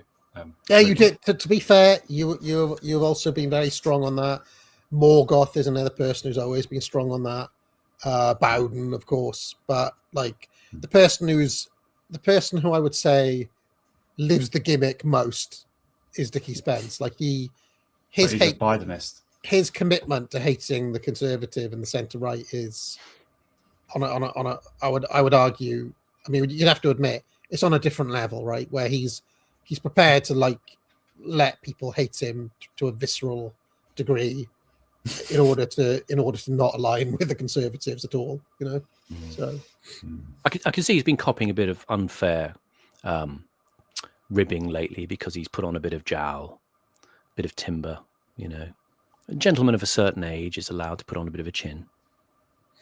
Yeah, but it's because he's eating super noodles and stuff, isn't it? The best tweet I saw about that was by that Basil, who I had on, who said, like, look, if your first reaction to a picture of Dickie Spencer is to comment on that, you're probably gay.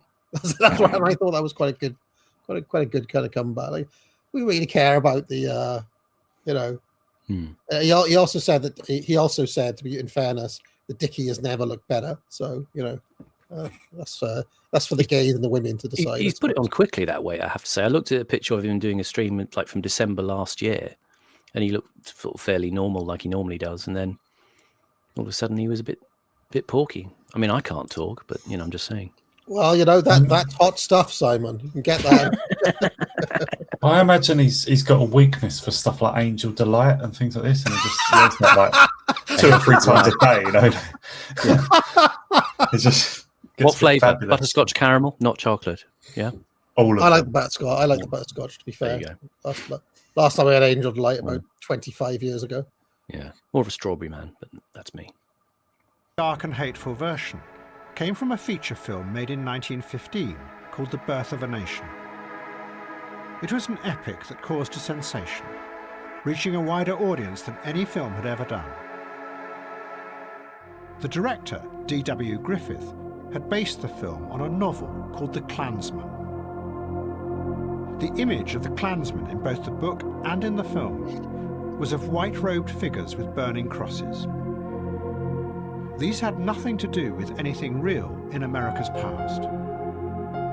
Instead, the novelist had invented them from a romantic vision of an old Scotland and Scottish clans that were portrayed in the... Sorry to pause it again, but it's quite a leap to try to connect KKK LARP with the lovely folk songs that chap was trying to resurrect earlier. I mean, it's kind of a bit of a leap, isn't it? It's a bit of a contrast, let's say.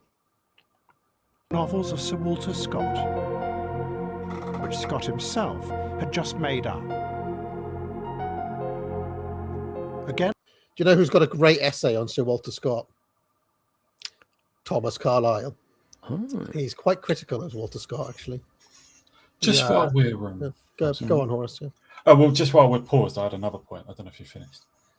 Well, I mean, I can pick out some of his criticism if you want, but carry on, Horace. I'll just another sort of strain of history where I've heard about folk movement and revival of folk and stuff. It's like I went to Glastonbury Festival, the modern one, obviously, about 2008 or something, and I wondered, there's like, you don't have to watch music, there's all sorts of other acts on, and one of them was just people talking. There was actually like Peter Tatchell was supposed to be there or something, but this other guy, like Peter Tatchell, didn't turn up or something. Anyway, I was just at this, like, watching these speeches and stuff, and one guy was talking about how he's part of the New Age Travelers movement. And do you guys know about the Battle of the Beanfield? Have you heard about this? No. There was like we're talking late 80s, early 90s, right? The Criminal Justice Act that was passed. Like there was, in the late 80s, you had the ravers and big free parties, or pay parties, but like unregistered, unlicensed stuff and massive sound system. Anyway, they often just found themselves mixing with like New Age travelers. I don't know why. And when the Criminal Justice Act of 94 came in, I think it was 94, the one that Their Law by The Prodigy refers to, by the way. Like that clamped down on both at once, on these warehouse parties and hangars and farms and stuff, and also New Age travelers. And like around, I don't know, Douglas Hurd was the Home Secretary when this happened. It was like early 90s or late 80s, but the cops assaulted a convoy of New Age travelers. Now I'm not endorsing either side. Like it does seem the cops just decided to smash up their convoy, which was traveling from place to place, probably illegally. I don't know. Camping illegally, God knows.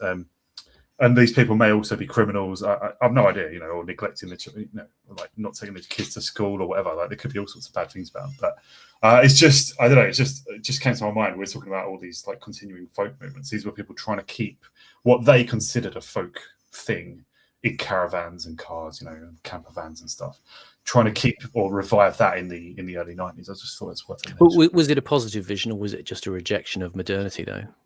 I mean, I have some contact personally with this sort of scene, but later 90s, because I was too young to meet these sort of people. But through like friends and people around my way, I knew some people like this. And it's mostly about drugs, really. This is mostly about not getting a job, taking drugs and stuff. But there is some hippie-ish, and continuing the hippie thing from the 60s, like bringing that back as as well, and their music, Crosby, Stills, Nash and Young, all sorts, right? And some good music. That was part of the appeal of hanging around with these people. But it's a lot about drugs. It's a lot about just some of them are addicted to, or just fixed into a dropout lifestyle. But some nice people. But yeah. So dirty hippies then. Yeah, like not washing your hair, having beads, or all sorts. If you wanted to know Carlyle's criticisms of Walter Scott, he basically says that Walter Scott was not a great man, not in the kind of profound world-altering sense of a Shakespeare or a Goethe. Obviously, Carlyle was into the German romantics. He was very into Goethe and Shakespeare as well. He basically says that Scott was of earthy. There's nothing spiritual in him. All is economical and material. And therefore he has no great purpose, instinct, or tendency, no message whatever to deliver to the world. He did not confront the great mystery of existence or venture into the dark regions to slay monsters for us. His work lacks deep instincts and principles. They offer no nourishment. They're superficial. They manufacture rather than being true creation. They are mere amusement for a languid age, an age of spiritual languor, sugar candy for children, not strong meat for men. So that was Carlyle's assessment of Walter Scott. Tell us what you really think, Thomas.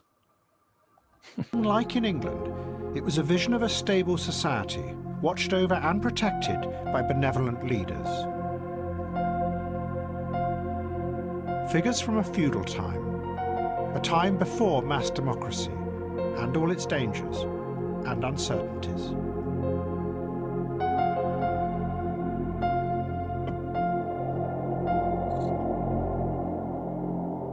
In real life, the new clan then copied the costumes and imitated the rituals from the film. And it quickly became a mass organisation. By 1925, the clan had 5 million members and the political power to mount a mass march on Washington. They called themselves the Invisible Empire. The clan had a powerful appeal to whites, frightened of the blacks in the ever-expanding cities. And they also revived fears of the Chinese, the Yellow Peril. What the Klansmen were doing was retreating into a mythical version of the past.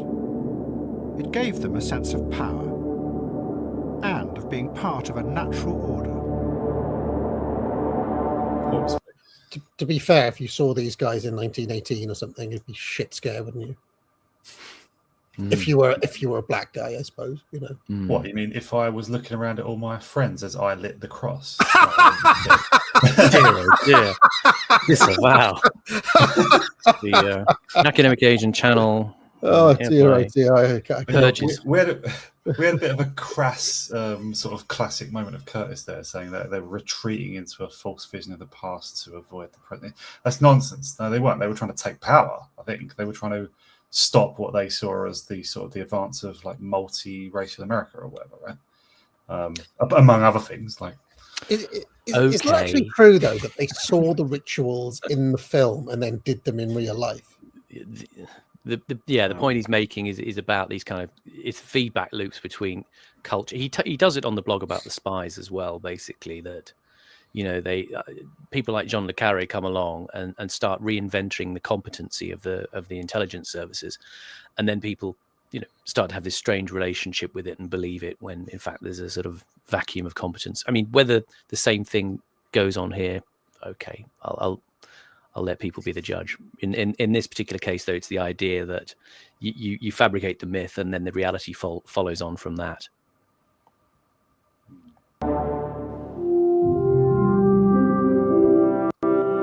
To be clear, chat, Horace was obviously joking. He's a lovely libertarian fellow.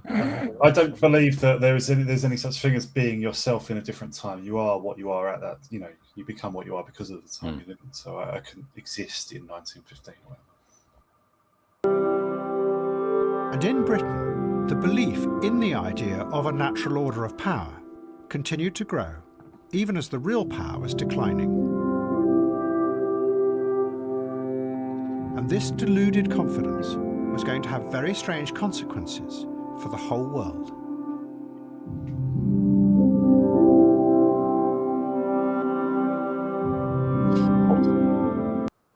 I did just want to pick up on one other bit of context that he very vaguely alluded to, was that, he said, like, what was it? The whites were becoming afraid of the blacks in the ever-expanding city. So he's referring to, what is it called, the Great Migration, I think, where, like, there was, I think, a deliberate program or something. There was a big incentivization of something to have most blacks before this had lived in the South, and they wanted to get them to move to all the cities of the US, right? Especially New York, Washington, Chicago, and so on. And people were encountering them, and there was, like, as with the meeting of many races in many places at times, there's just a hell of a lot of conflict and discord, and this was whites' reaction to it.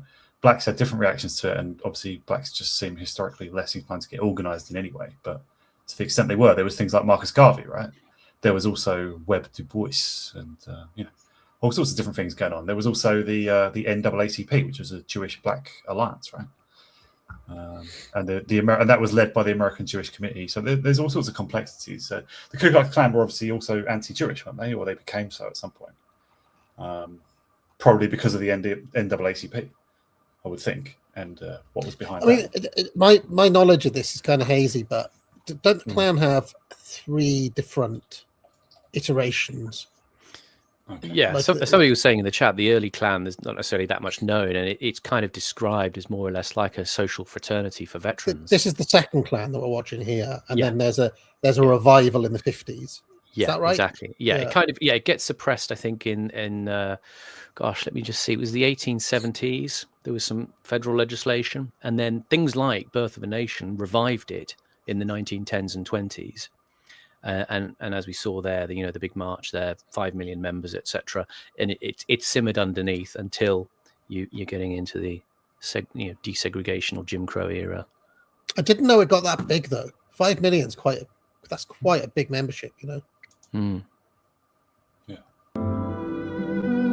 After the First World War, a group of upper-class English men and women were sent to Baghdad to create a new country out of the ruins of what had been the Ottoman Empire. The most famous was Gertrude Bell. She was the daughter of a baronet and had been a famous explorer. Almost immediately, hundreds of thousands of Arabs rose up, demanding independence. The British had been financially broken by the war, so they invented a new and cheap way of suppressing the insurgency. They used aircraft to bomb the rebels. They called it aerial policing. And they took back control and set about creating the new country called Iraq. But because there was no money, the group could also not afford to survey the country. Instead, with no information, Bell and the others simply projected onto the Arabs that powerful romantic dream of an old England. They decided that the middle classes in the cities who had run the country under the Ottoman Empire were corrupt and untrustworthy, which meant that they had to be excluded from power. Instead, power should be given to the sheikhs, who ruled the tribes out in the countryside. To the British, the sheikhs represented the true Iraq, because they hadn't been infected by the corruption of the modern world. Their system was one of a natural order, just like in the England of the past. Pause. Again, exclude the urban middle classes from the from the deal. Essentially, I mean, the idea was that Iraq would become an independent Arab kingdom, but under British guidance. I didn't know this. This is very interesting. A little bit of history here. The sheikhs, said Gertrude Bell, are like great aristocrats. They will run a system that will maintain a natural equilibrium. The truth was that this picture of Iraq was completely detached from reality. The sheikhs were really marginal figures, while the Ottomans had begun to create a modern, progressive society in the cities. But the British now tore that apart and replaced it with a strange dream, that had nothing to do with the complex, multi-layered society in front of their eyes, but was really rooted in the strange, dark fears that were rising up in Britain itself as its power declined. Then, in 1932, the British, facing an economic crisis at home, packed up and went, leaving behind them a completely unreal and unstable society. Is all of that true? Did they really put these random sheikhs from the desert in charge? So far as my research conforms to that, yes. Where was he talking about again? Iraq. You know, and this woman Gertrude Bell, she was an advisor to Churchill and people like Lawrence of Arabia as well. So she was seen as quite a key person in sort of British strategic assessment of the Middle East and setting up this new version of society. Again, one that didn't actually work in keeping with the pattern of the pre-existing society, but is kind of redolent of the mistakes that were made in colonial possessions in Africa. Like we saw in Rwanda in previous episodes, where the Belgians picked the minority tribe to be the elite, thus fomenting resentment with the majority.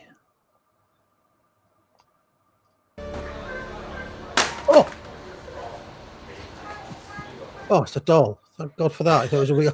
That's fucking hell. Yeah, they're drop testing dolls.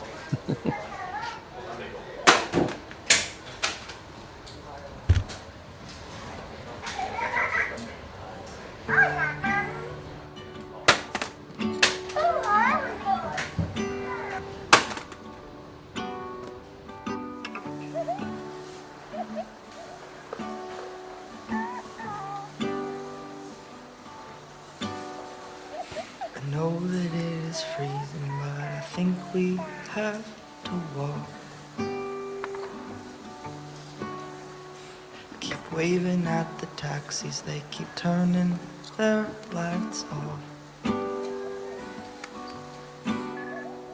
But Julie knows a party at some actor's West Side loft. Supplies are endless in the evening, by the morning they'll be gone. This is the sort of video they probably found in Prince Andrew's. I got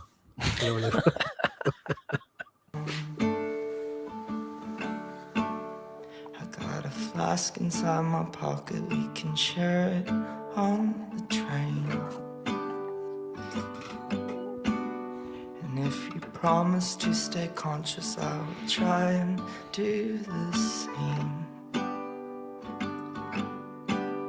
Well, we might die from medication, but we sure killed all the pain.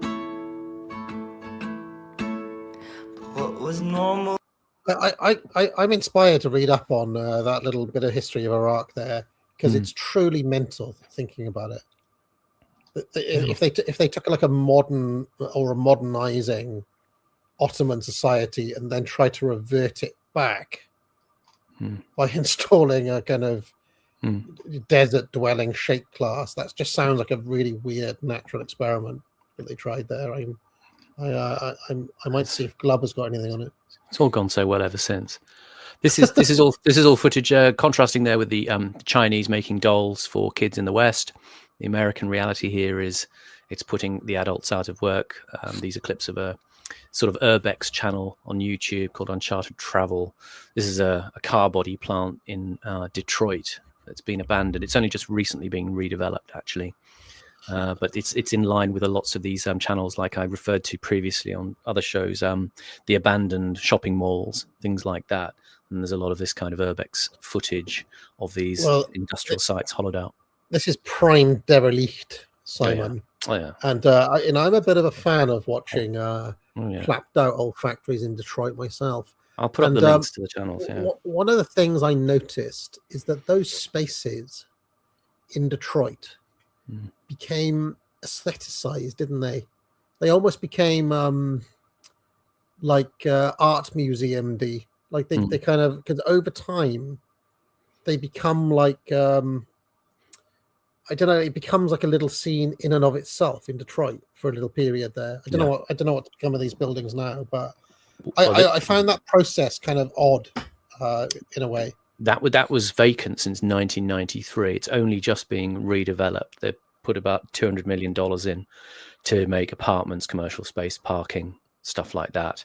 That particular project apparently is notable because it's a large-scale development driven by a company of black professionals. What could go wrong? In the evening by I mean, there's quite a lot of this sort of reclamation of the old industrial waste in London, isn't there? Yeah, they're all like art galleries and things, yeah, aren't they? Yeah, there was a lot of period. I mean, about 20 years ago, areas in London like around Clerkenwell and around Southwark, which it was the place where you had your kind of old Bauhaus style factories or buildings that were then being made into kind of chic loft apartments, and eventually being knocked down and turned into high-rise apartments that were sold off plan to foreign businessmen for speculative assets, which usually just remain unlived in, driving up the property prices in London. the morning seems insane. Could there be a bigger indictment of the neoliberal system than this footage here? It ain't working, folks. Where are the jobs? I mean, we're seeing all these articles this week. Have you seen them? These things that come up, people quote news articles on Twitter about, 50-year-old professional is now unemployed, Well, I heard a stat on the radio younger. the other day that 45%, right, there's been a 45% decrease in graduate vacancies this January versus last January. 45%. So if you've just graduated and you're looking for work, there's almost half as many jobs this year than there were last year. That's a dire figure right there. So yeah. Sorry, I said 50-year-old professionals. I mean, it's more like the 30-year-old professionals who are out of work at the minute. People being laid off. And your computer coders in places on $100,000 a couple of years ago have been laid off. So learn to code, not so much. There's someone saying there are 700,000 graduates out of work claiming benefits in the UK. Yeah. And Nigel will come in and we'll have Thatcherism again. If you want a lovely bit of Austrian economics, Horus, do you remember Cantillon from the Cantillon effect fame? He's got a book where he talks about this exact problem of where if the government sets a quota for, I don't know, like his example is, let's say France needs shipwrights or something like that because they need to build ships at that time. But by the time they're all trained, the ships are built, so you don't need shipwrights anymore. So you've created unemployment. And I always thought that Tony Blair's get 50% of everybody into higher education was just that on a mass scale. I mean, that's basically what he's created because there's no actual reason for all these people to go to university. I think there was a real reason, and it was because universities function to indoctrinate people. But it might not even have been Blair's idea. I don't know. It's so stupid. It's just such a politician's piece of nonsense, right? Like, obviously. Well, Labour had this idea going back to Kinnock. Remember? First person in a generation to go to university, blah, blah, blah. Remember that whole speech? Sorry, no. 1,000. The first Kinnock in 1,000 first generations. Kinnock in 1,000 generations. That's it, right? Implying that the Kinnock family goes back something like 15,000 years or more, at least. Yeah. Okay. So poor old, Bodwin Kinnock in the Roman times didn't get to go to university. Way before like Jericho or anything. Way before like Göbekli Tepe. Caveman Grug Kinnock didn't get to go to university. Which didn't exist. But they have this idea that is the route to social mobility. And I always remember being in school, going to hear my headmaster talk. It was the deputy headmaster, and he had a thick Welsh accent. You got the chance, now use it. Use it. You've got to fill out your UCAS form. You've got the chance. Use it. I'll never forget. And he had that, like, you know, the one strand of hair combed over, and he was shouting so much that the bits of hair came up. You know, that was the mindset in the 90s when I was growing up. That was your route out. That was your way out, was through university. And that's why it happened. That's why Labour pushed it. Anyway. It's like a Welsh Bobby Charlton. But nowhere near as good. And I'm not sure what the trouble was that started all of this. The reasons all have run away, but the feeling never did. To be fair, it didn't do me bad. I did all right from the university and all that, but you know, it wasn't. I mean, I always remember another speech given by, and I'll never forget it. It was by a different. It was by a woman this time, and we were in the sixth form, and usually, you know, assembly is all like, oh, you got to live your dreams and all this sort of stuff, and she stood there, almost kind of like semi-depressed sounding. And she said, look, you may have a dream of being a footballer or an astronaut or a rock star or something like that. But let's face it, most of you aren't going to be that. So, you know, you're going to have to start thinking about getting a job at some point. And I have to say, right, that speech that woman gave was probably the most grounded and realistic and actual good advice that was given by anybody in our school. She was, you know, she would be like, you should have a look how much are people paid. One of the things I would love for them to do in school at a much younger age is to just stand up there with a list of jobs, how much people get paid, and what you have to do to get into those jobs. Because they never do that in school. It's always like, oh, well, you're good at history, so you should do history, or, you know, follow your passion or whatever else. There's never any kind of like, well, look, they need mechanics at the moment.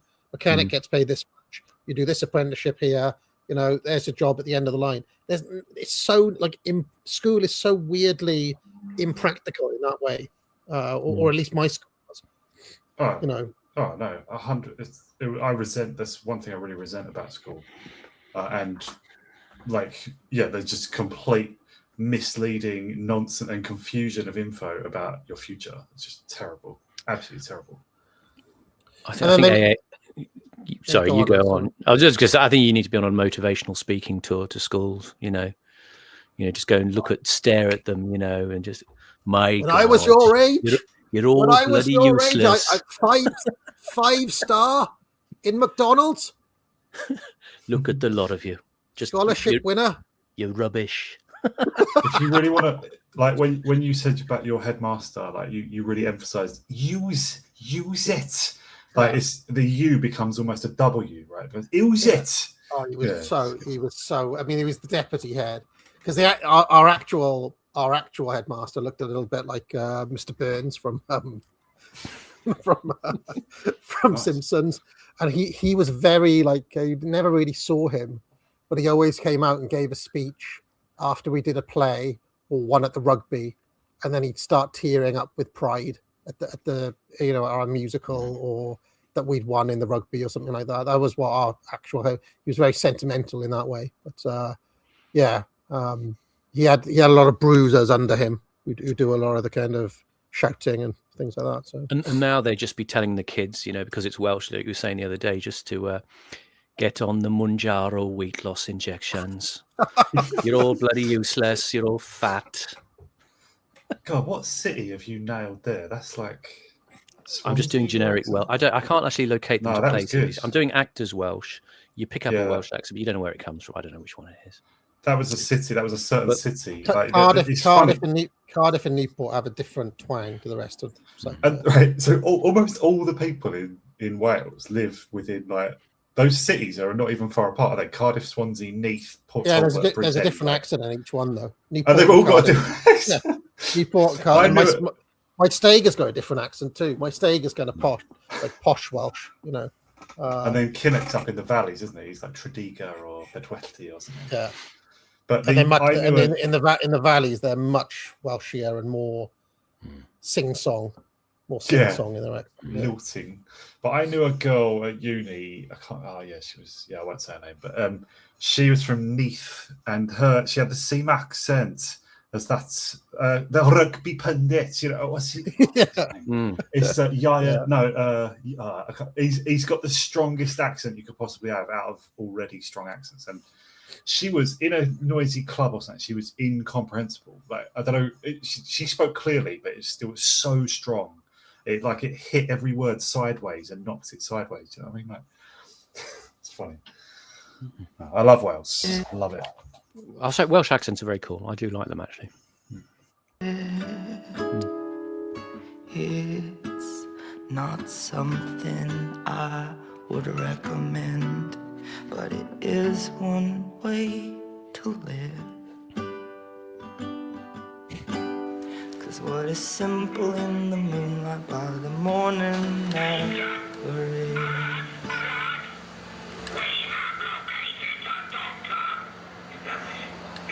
The whole sequence is just like, dang, I drink your milkshake. Dang's plan worked, didn't it? We're making you a voice changer Doctor Who mask to play with now that your industry's been destroyed.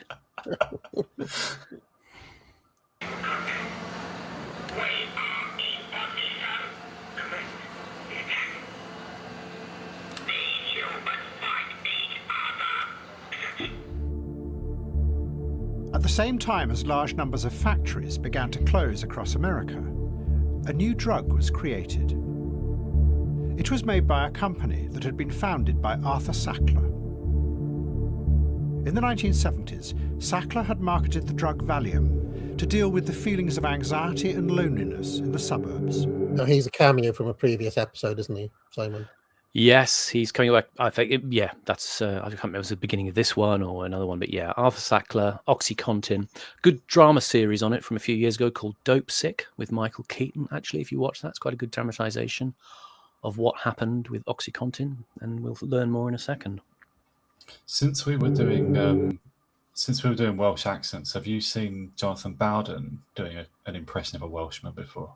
No, I haven't. There's a moment, I can't remember what speech it is, but he mentions was he a playwright, Kenneth Tynan? Yeah. And he says something like, "Oh, there's a terrible strain of self-pity or something among, I can't remember, like whinging or something among the Welsh."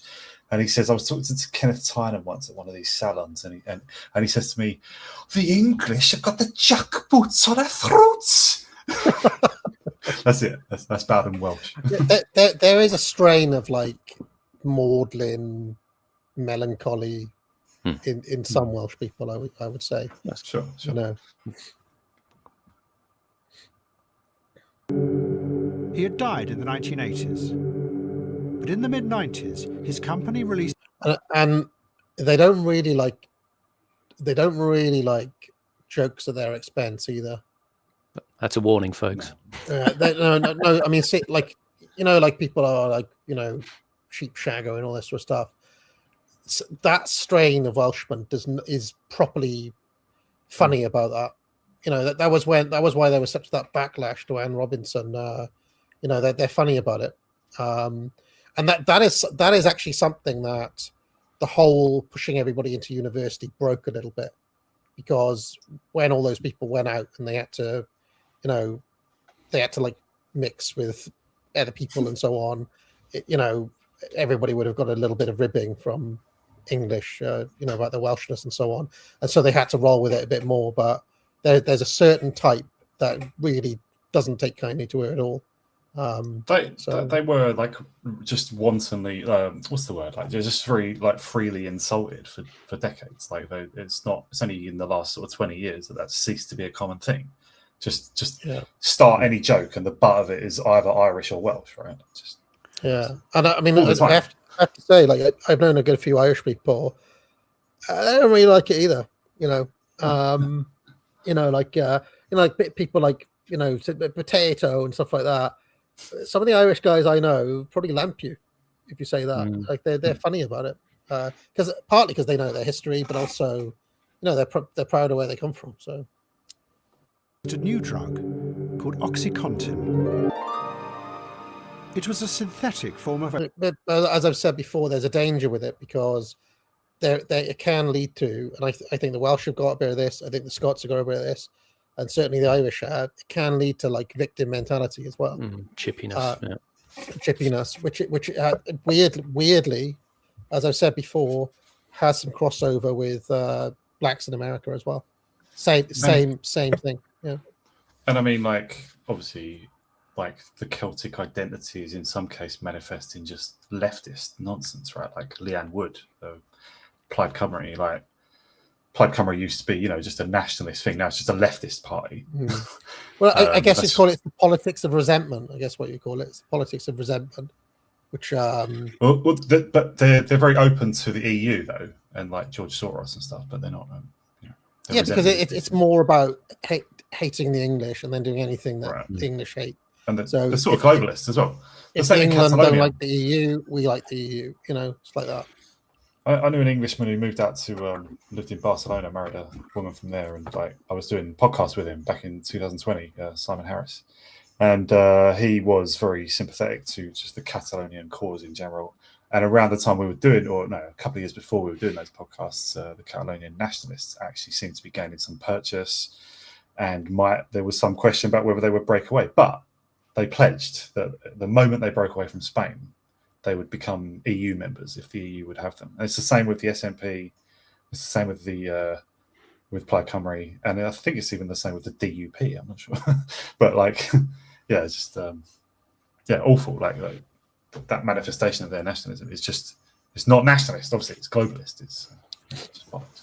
Maybe I'll do my bit for Welsh nationalism and make a 10-part series on the atrocities of Roland Lee. You aware of him? No. He was used to suppress the Welsh in the time of the Tudors. Roland Lee, one of the great villains of Welsh history. Interesting. So, yeah. And the Tudors had come out of Wales themselves, didn't they? Yeah, but I think Roland Lee was around under Henry VIII. He was a bastard. Yeah. We were taught about. So clearly, somebody in the Welsh curriculum was like, "Yeah, they need to know about Roland Lee," because I bet you lot weren't taught about him, were you? No. No. Anyway. And I've only barely heard of Owain Glyndwr as well, whereas I bet he had a statue in your school or something. We had to sing Calon Lan.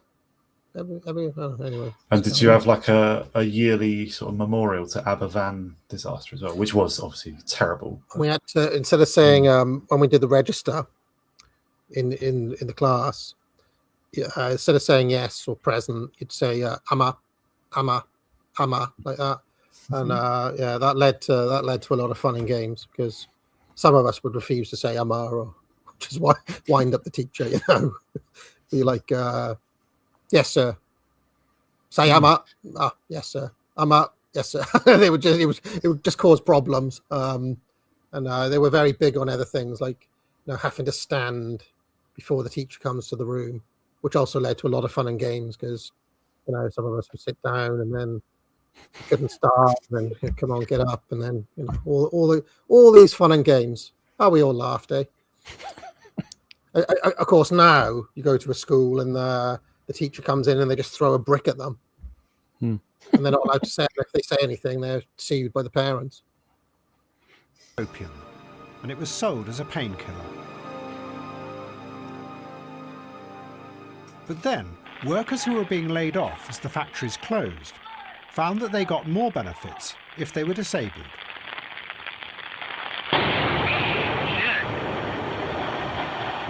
So they went to their doctors and said they were injured. And the doctors gave them OxyContin. They got their benefit. Bethan, ama, Neris, ama. Gwydion, Rodri, Garnon, ama.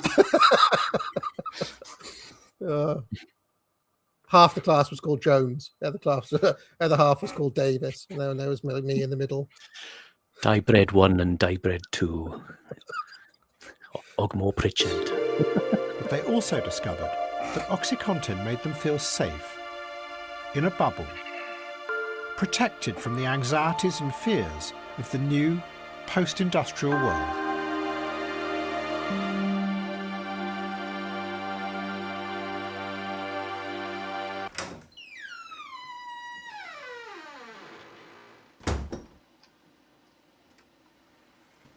Pause, please. Just want to mention, I didn't say horse. I did say pause. Yeah, I just want to mention that like he's just blamed. Like, well, Adam Kurtz has just been usefully honest there. Actually, he said it is actually the welfare state that caused everyone to get hooked on OxyContin because it was a way to get your benefits. So. Yeah, you what he said there about I don't know if you mentioned that bit, but basically, yeah, if you claim to be disabled after being made redundant, you did get quite a lot more in terms of benefits, what they called Social Security disability insurance in the US. Even as a single person, you'd probably be clearing something like $800 to $1,000 a month for that.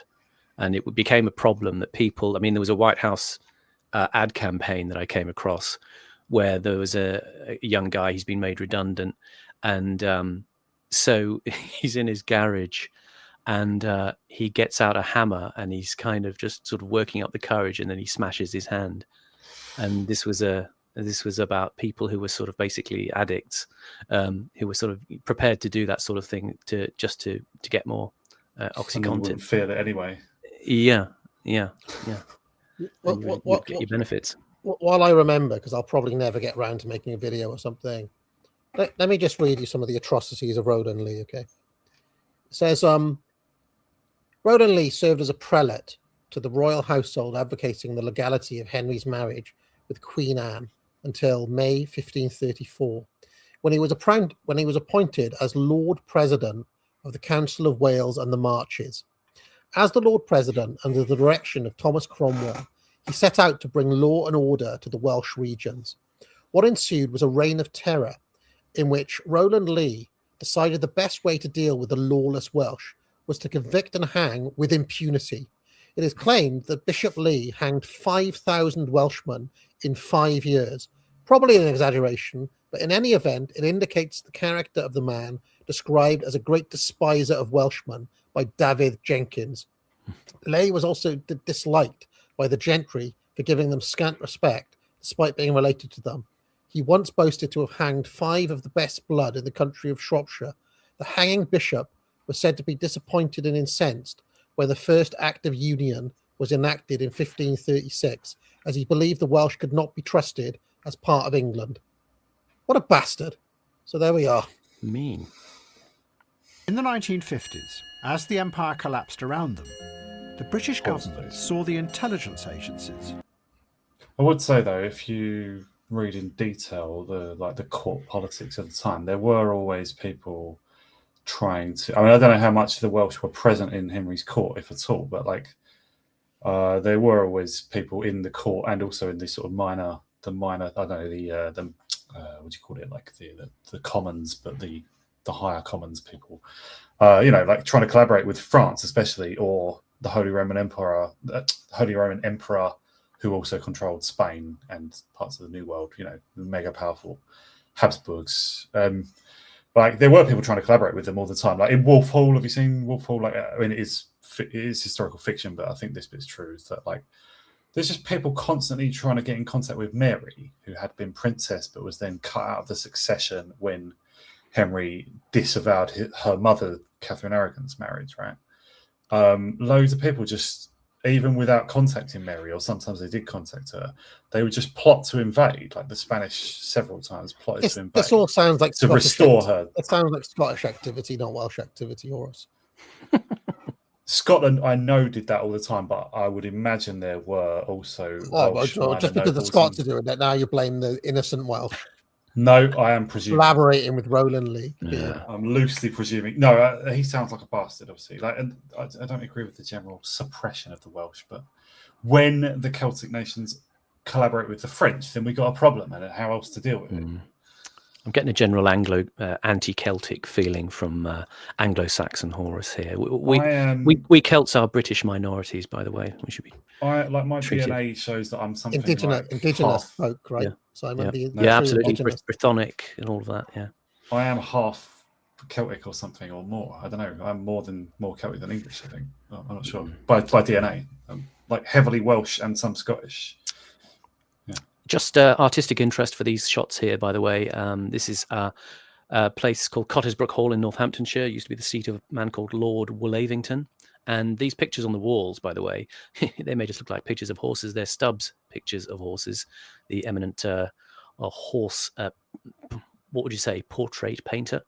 In the previous shot, the picture on the wall in the background was one called Jim Crack on Newmarket Heath, that sold about 15 years ago for £22 million.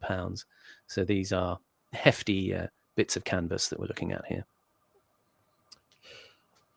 As one of the few ways in which Britain could still remain powerful. We're probably going to have to wrap up in a minute, aren't we? I've just realised we can go pretty long here. Take a pause. I should go soon. Yeah, I should go. In fact, why don't we this table here? This is a good place. We'll all remember the table, the long. There we go. It's quite a good cliffhanger as well. What are they going to talk about? It'd be interesting. Yeah, I'll talk about the intelligence services next, which will be good. So there have been a couple of super chats here. Chris Primer says China went into Russia after the collapse and had a big think on how to prevent what had happened to them. I wish I could find it. Interesting read. Drongo says for Zoomers, Mark Ratcliffe played a popular rendition of British folk hero Harry Potter in the early 2000s. And Cerebrus says, when can we get a Vince Jr. retrospective, the man who made wrestling? It turns out I actually have already made such videos. If you just type in Academic Agent Wrestling or Academic Agent Vince, those videos will come up. But what I think I might do, if you're interested, if you show an interest, I will just repackage them and stick them together in one big video, so you can watch it as a kind of documentary. It'd be like 5 hours long or something on the AA Culture channel. If you're interested, I'll just I'll re-release those, but they are on the channel, and I think they're not even behind the paywall. So there we go. All right, that's it for the super chats. Where can people find you, Horace? Horace is gone. Sorry, I was on mute. I'm at eternalhorus.substack.com, or I believe the link is below the video. And Simon? On Twitter at Simon__Roberts. And I'll just put in a quick plug here for our friend Panama, who is not with us today. He'll be doing something called the Gate Lecture Series for the London Basket Weavers on the 7th of March.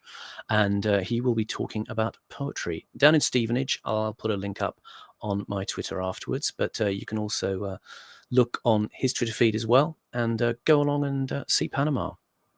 He sent us quite a panicked message before we were about you. So, like, sorry to do this. The right deviation has got me after all. So, it's been nice. What, as in me? I didn't do anything.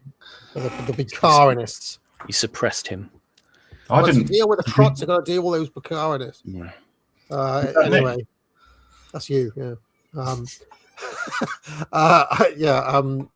Pick up a course at the Academic Agency, and if you haven't caught my video from earlier on today. A lot of people have said it's one of the best videos I've ever put out. I'm not saying that. It's called Why Rupert Lowe Doesn't Need to Moderate to the Center, but it talks about one of my absolute bugbears, Simon, which is the notion of right-wing triangulation, that the right have to come to the center, like Blair had to come to the center. That is just completely wrong-headed and has been proven to be false by Donald Trump and various other people in history as well. So check that out, because I wanted to get it off my chest once and for all. But it's one of the great myths, one of the great bad bits of political wisdom that has kind of seeped into the halls of Westminster. And I noticed like Jack Hanna's put out this thing, making these kind of arguments that we have to go with reform because of the centre floating voter and so on. It's all wrong-headed. It's all nonsense, because all you need to do is turn out the non-voter who doesn't usually turn up because they've, checked out of the system, or all you need to do is get Rupert in front of normal people and they'll vote for him, because the political class as a whole are to the left of the public, demonstrably, and especially on immigration by a factor of something like 80%. So, and remember, if you're reacting, you're losing. Exactly. All right, bye everyone. What goes on in this town is none of your business. As long as I'm living here, it is. Then maybe you shouldn't be living here! Well, that's easily fixed.